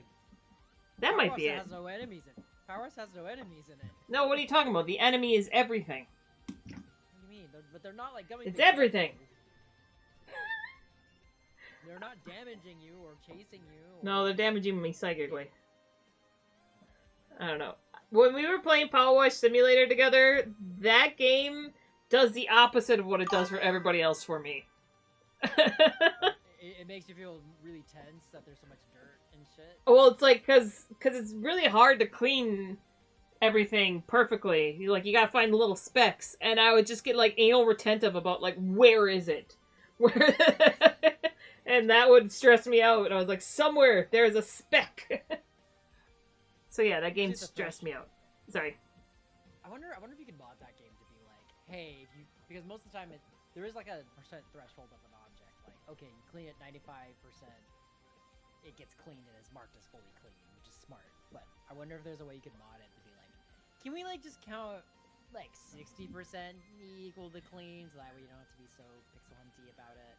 Well, I feel like that they don't do the 95%. I'm pretty sure. Yeah, they do. They have to. Like for it to be fully like I don't know, like for as many pixels are on each object, like there has to be some sort of very, how do I put this? Mathematically, it has to be something like 99.9999%. If it was literally 100, I think it would be something about how I've just seen how code works. It just seems to me like I'm just shooting from my head. I don't know if this is really true, but it feels like they have to have some sort of fallback in case, like, oh, this speck of dirt is so small, no one's gonna see it. Like, they have to have something in there that like prevents those sort of situations. It just feels like their threshold is very little, because like if you play like Crime Scene Investigator or Crime Scene Cleaner, like that one, if you get it like 90% of the way done, it just finishes. Yeah. But Which like, is, kind of forget it. You should have some degree of yeah. Like, if I was designing a game like that, that's what I would make a big point to think about, like, and make that like. This may be controversial. Like, I would give that like as a setting to a player. Like, hey, you can set the doneness of an object within a certain range, so that way, if it's like you, Audrey, like you can make it so that it gets mostly clean without you having to like pixel hunt. Whereas other players really enjoy that pixel hunting and like, oh, where's the last little spot? Like it's like a little treasure hunt for me, you know. The anal retentive slider. I wouldn't let it. Yeah, but you also won't label it the ghost slider. You know. You're talking about the haunted reset? Mm-hmm. Mm-hmm.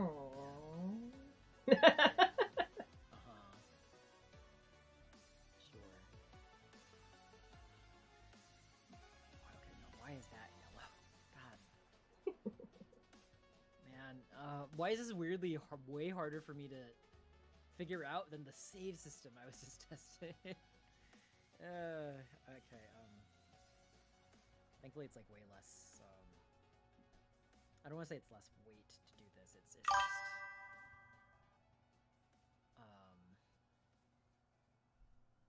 it's still important, but it's also like, well, if I mess this up, it's a visual problem instead of a gameplay progress save problem. Oh, Leonie! Alright. Speaking of not staying in the shrimp position for too long, I'm off to do dishes and laundry. Thank you for streaming.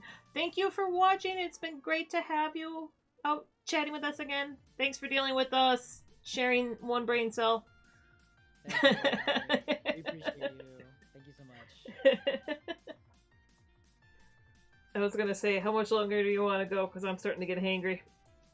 What's our time? I feel like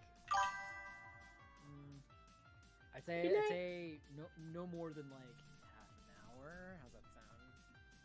All Or right. is that too long? How's that sound? 15 minutes. I'm just gonna keep ratcheting it down until it feels right. 15. Let's just do it. Let's call it in 15. So we'll 15. be an even 3.5-ish Sure. for running. Works for me. Okay. I should be able to fix this exact thing I'm working on in that much time. If I can find where it is.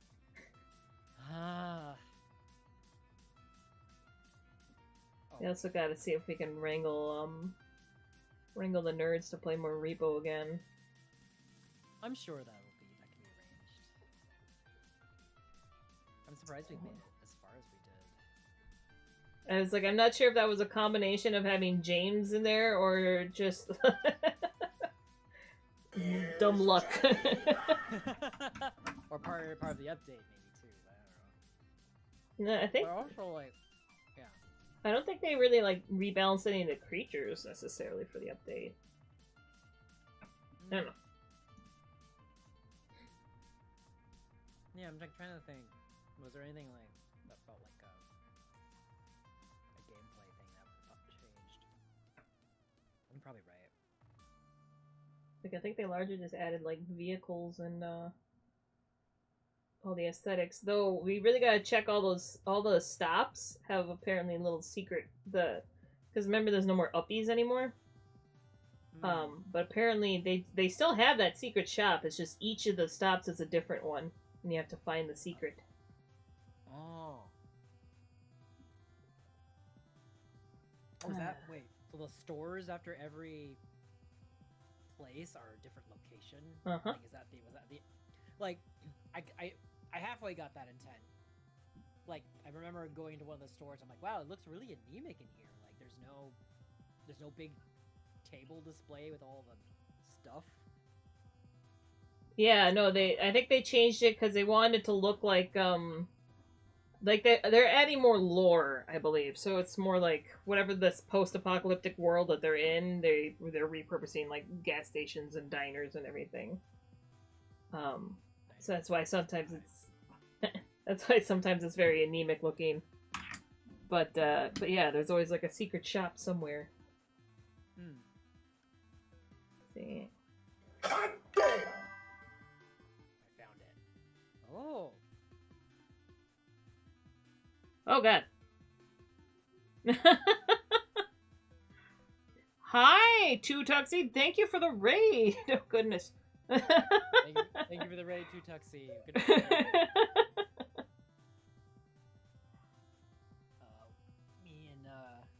Me and my friend Audrey here streaming. We're co-streaming. We're probably not gonna be live for too much longer. Yeah, unfortunately you're catching us winding down, but hello. What's up? Okay. I was like, we're getting very 90s in here. Yeah. Oh yeah, it's super 90s. Oh no, we're sharing one brain cell right now is what's happening. But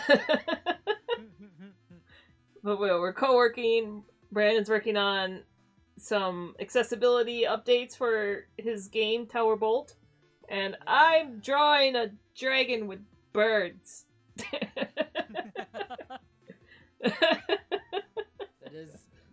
It's been an interesting arc of like what we've been working on throughout the stream today.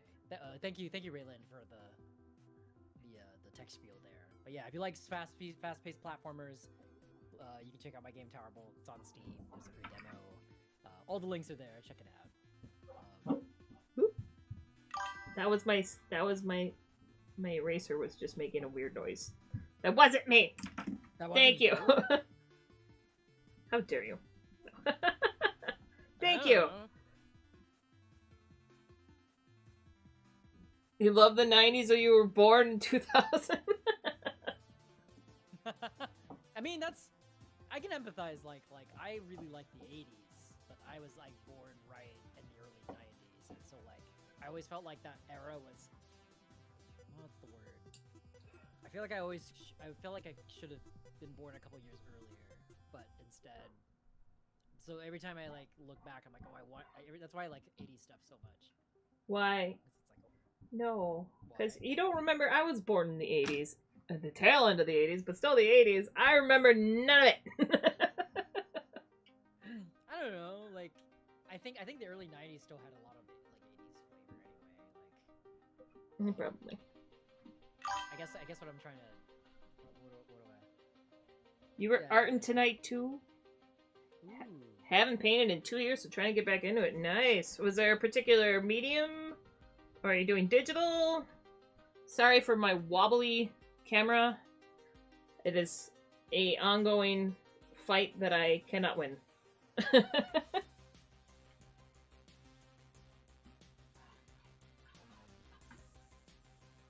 Also don't remember the 80s, but was there. Exactly. Yep. I was there, man. Ooh, watercolors. Nice. Watercolors are my go-to choice for traditional water painting medium. I almost thought you were gonna say my go-to Jang. My go-to Jang. choice. Please don't consume watercolors as a spicy. Oh no, not the amount of cadmium that are in some of those. No, that's too spicy. That's too spicy. 4-star. I'm actually close to figuring out the thing I was looking to fix from the start. Ooh, nice. Alright. Okay, that turns yellow. We don't want that to turn yellow, so we're gonna do that. Ooh. Same here, I jammed to 80s metal like Metallica, Iron Maiden, and Guns N' Roses. Okay, music makes sense. Music was better in the 80s. This is just a fact. That's a huge part of that's a huge part of the vibe, you know. But it was like 80s movies too. I feel like games were like beginning to get their footing as like, you know, a cultural icon of the time. Just the art of the 80s too. But music, I say it's like definitely huge. Probably one of the bigger. Like, oh yeah, this is what makes the era. It's when everyone was on cocaine. No. Back, grab food. Alright. Oh man. For those that are wondering what I'm up to, besides the dragon and denim jackets. Oh yeah. Well, denim jackets I'd say are like flannel. That's timeless. What was it? Brain fart. Ah! Anyways, yes, drawing. I'm drawing, I'm using animator pencils, Sokoli erase pencils on Yupo paper, which is plastic paper, essentially. It's usually used for resin pouring. It makes it very blendable, but very hard to, like, erase and redraw. So, it's kind of like working in pen. Takes a lot getting used to.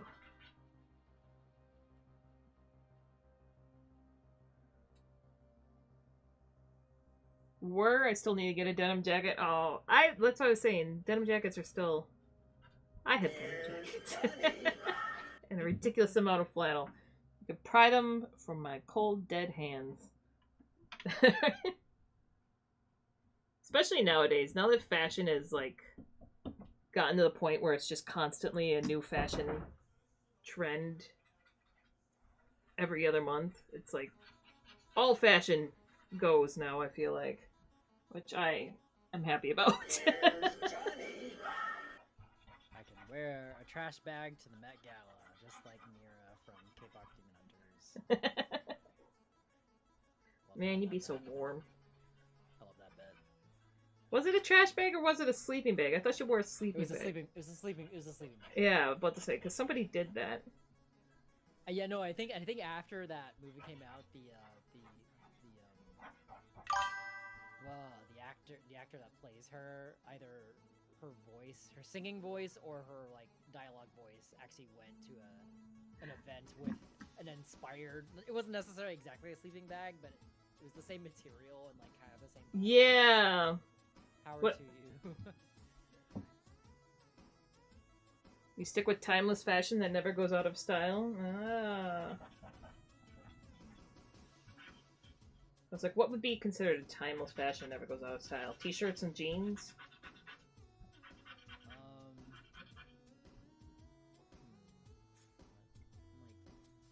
Button-down suits? I don't know. Yeah, I'm trying to think of even anything through my lifetime that is like stuck as like, yeah, that's still cool, and I'm like, oh, I don't know. Maybe I'm just like not as worldly about it. Like Thank you, sundresses? I'm not sure. Thank you, Lego Sheaf, for the follow. Very much appreciate it. We're like actually kind of close to 100 followers, friends, but no pressure. You don't need to do anything.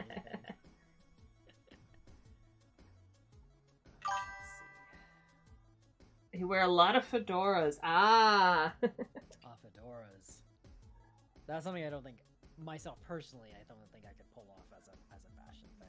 I tried briefly in college, and then one of my teammates on my game team was like, "That don't look good on you." I was like, "Okay." Okay. Oh no.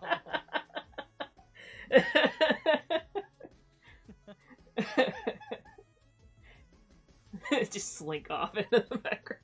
Oh, I guess I'll just okay. Gosh, I forget to turn this.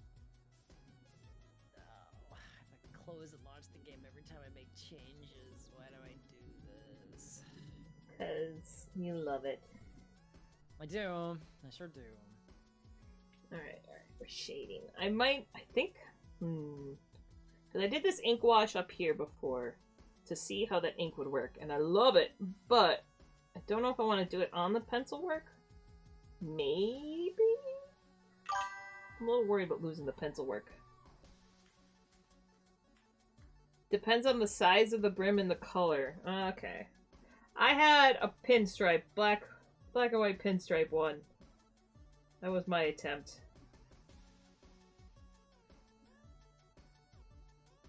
But also, I probably just don't look great, and I have a very fat head. Yeah, I can empathize with that. Like, I feel like a lot of hats don't work for me because I have a weirdly big head. Just like physically, I'm just like, yeah. Okay.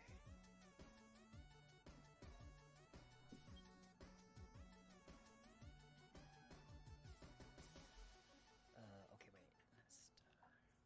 Just so I don't have to modify this code by hand and close and open the game again, we're gonna enable that one magic line so that lets me do this and change it all the time. I am bold crossing that color. Black and white. Okay, does this... Brandon, Yeah. chat, does this... Okay, so I drew the butt end, and then I put the wing overlapping, the skin membrane overlapping it, and then erased away the butt, but, like, you can still see... Does it look like there's, Oh. like, hint of ass, like, poking through... or, like, you know what I'm talking about? Sure. Like Subsurface scattering reflection. Subsurface scattering through Yes. the membrane. Yes. Yeah, I think. Yeah, I see it there. It's like I don't want it to be. If I. Whatever. I think it's pretty visible. I'm just like, I feel like. How do I put this? Either way, the butt's visible. I'm like trying to like more of what I think I'm feeling looking at it is like, is that subsurface scattering working, or is that a stylistic thing of just like letting the back stuff show through? So I'm like trying to think of like what are other good hints you could have to make that surface and material feel translucent. So like, but it's all regardless of whether it feels see-through or not. The thing is visible behind it, and that's very clear, I feel. If that Okay. makes sense. That's kind of the intention. Yeah. Oh, I'm sure you could render more to like make it feel a little more translucent in other places to really sell the material. But not that you have to do that the second, but like I'm just kind of describing how I see it. Mm-hmm. As long as it's reading a bit like that. Alright, so wait. Legoshi, I meant choosing a pinstripe for fedora considering they can be tricky to pull off. Ah, I guess I thought that those were like the most basic was a pinstripe. I don't know. I was trying to do the game we were working on was based on like 1950s, so I was like kind of trying to vibe with the game while we were doing a bunch of showcases, and yes.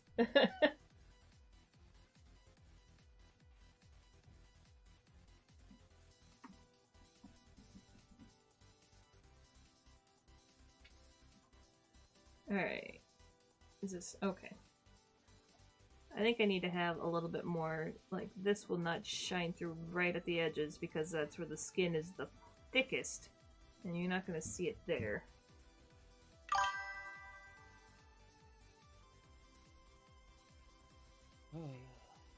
It's trying to channel...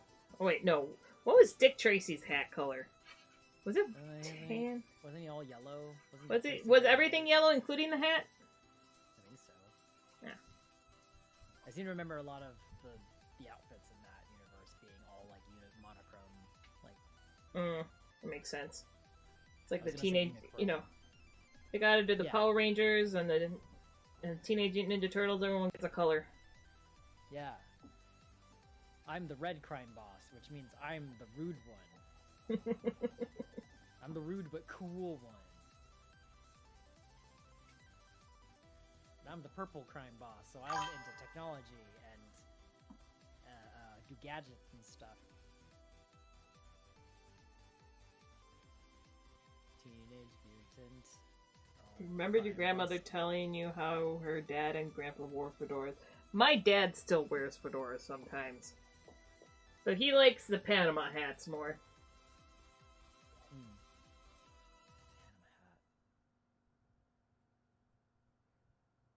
What am I trying to think of? Like, does the Dos Equis guy wear a Panama hat? Maybe? Oh, that guy doesn't wear hats at all. Does it? Am I having one of those moments where it's like the Mr. Peanuts doesn't have a monocle or whatever? Or no, is it the Monopoly guy? I'm not sure. Also, the code change I just made sure did tank the performance of my game really bad. Oh my goodness. Oh, it's bad. Chugga-lugga. And it didn't change. Where's Johnny? I hate that I just said that. I don't even know. All I know is that was very cringy, and I died a little on the inside. Oh, you're fine. I don't understand. Don't kill the part of you that's cringe. Kill the part of you that cringes. You're fine. Hello. Okay, let's see if I can pronounce this right. Hopi Aja? Aja? Thanks for dropping in.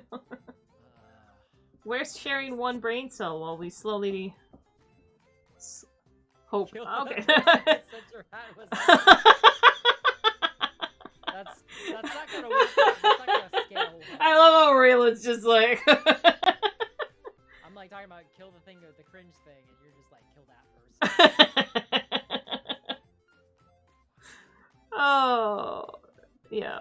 We're sharing one brain cell here and slowly descending into madness.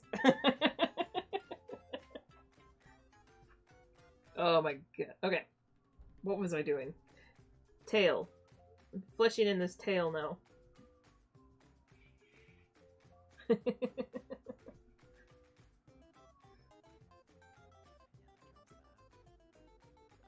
boy. So this is gonna take a little bit more work to... Is this a stick event, maybe? Oh, this... Oh.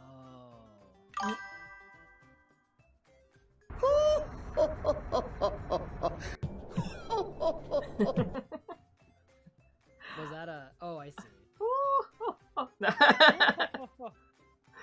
Frieza laugh. Noob furry artist tips. What would you say you're struggling with the most? Yeah, I'll let you have the floor with this one, Andre. I'm not sure how much help I would be. Okay, I figured out. Okay, it's not... Oh, lordy. Hazard.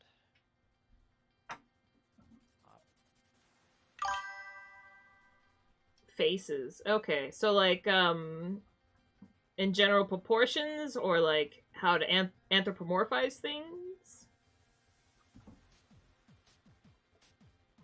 I guess. Yeah, anthropomorphize as in like make it look like human-like. Yeah. It is like, yes. I guess that, okay, so you see a lot of, there is the basic, let me see here. Where's my stuff? Random sketch sheet. Oh, I just realized I grabbed that without knowing if that ink was dry. Oh god. It's dry enough. Oh god. Yeah, it does sound like the Masked Salesman, but no, that is Frieza. That's Frieza? Uh-huh. Wild. Okay. Alright, so I I guess because we can cover this with Brihei.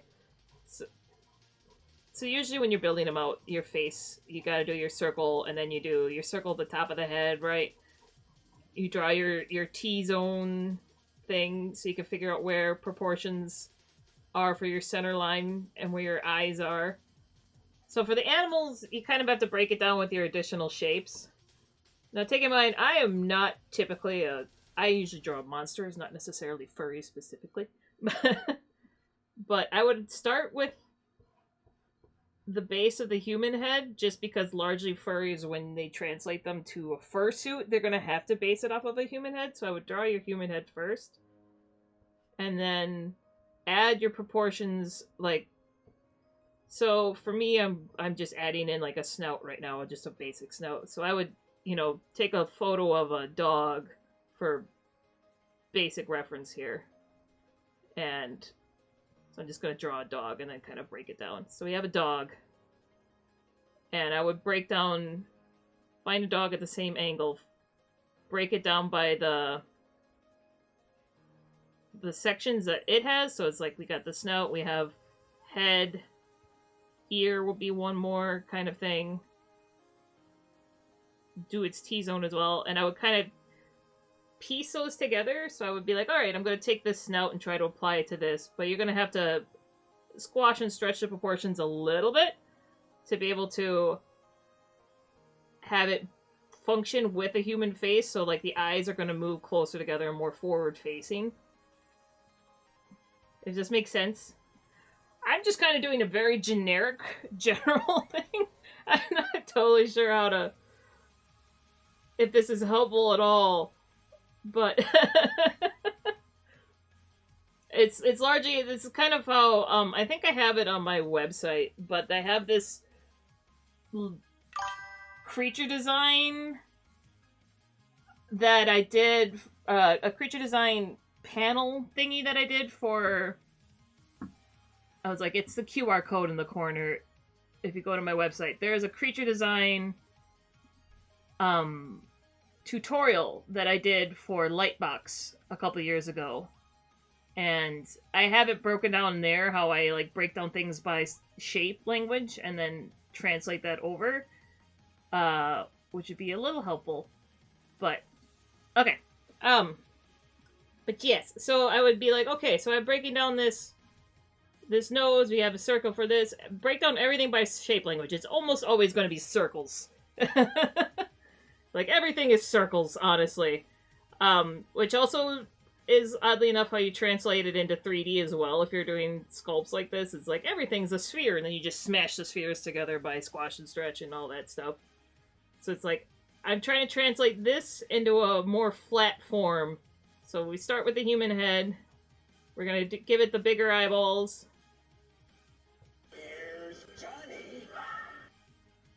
Got our nose in there, which we're going to stretch out a little bit just because it's more cartoony proportions. So we got more squat nose. Now some people, usually end the details like right there. Some people I know bring they'll bring the jaw way up into here. It kind of depends on who's got what for their furry design. The lower parts of the jaw we can kind of play around with a bit, because those, as long as we have the dome part here, where the main head is fitting, you could be a little bit more flexible with the rest of the shapes. Circles, yes. And then, yeah, so the ears are also kind of, like, lenient depending on what you're doing. But you want to largely keep them, like, the big thing is keeping the distance between them, depending on what animal you're drawing, and their relative angle the same. Like, they're going to be in position differently on a human head, obviously, but if they're still going in the same kind of direction, or aiming in the same direction, and spaced roughly the same width apart, it's going to be easier to read the animal correctly.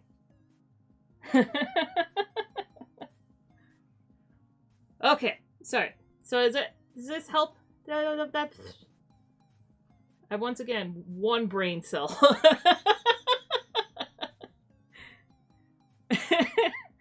Oh, so hi, REI company.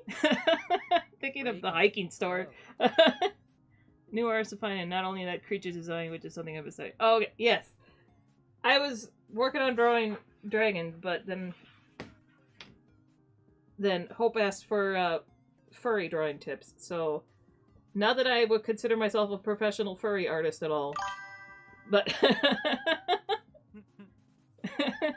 meowdy, hey, call me Ray. Nice. But yes, man, I was like, I don't have the link to. I'm gonna try to see if I can find. Hold on a second. You're totally good. I've been very quiet just because I've been trying to troubleshoot this. So, this visual.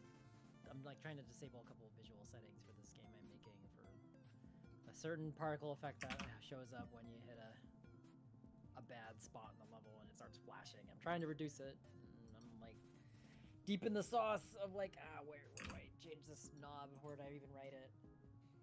Oh wait. Company, since I've been told I keep good company for many. Ooh. All right, hold on. Some cool name lore, Ray. Oh, that is a good one. All right, I can post it.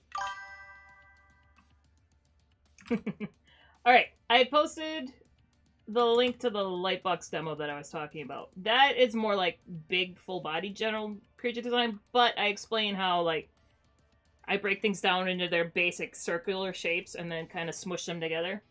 And versus... So I would take the same kind of fundamentals and apply it, but over a human skull base for furries would be the big difference. But hopefully that's helpful. Yeah, it is cool to listen to you talk about like the process of that. I don't draw as many. Well, I draw mainly human characters, so like I would know as well about like how to merge creature slash like animal kind of anatomy to a person. Yeah, it's a lot like, and then you see there's, you know, it depends a lot on the artist too. Like there's Taryn Fiddler, I think, has like, they have pretty much real animal heads but slightly more truncated on just like the beefiest He-Man bodies. So it's like it really kind of depends. I guess I'm going by, like, when I've been hired for furry stuff, it's usually somebody that wants their stuff to be like hyper realistic, not humanoid. But this is just for me, you know, seeing what works essentially. But it's just taking the forms, squashing them in a bit to fit the forms a little bit better, but keeping the proportions the same is a big thing. Okay. Also, now we can see how the Ghost Noivern is ink dried up a little bit. It's so shiny. I still gotta kind of... This turned out... This is very blue for Noivern, so I may have to go over this with some greens in there a little later. There's also a dog hair in there. Okay.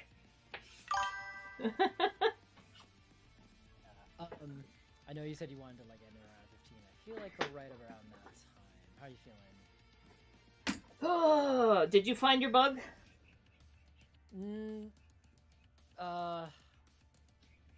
Yes and no.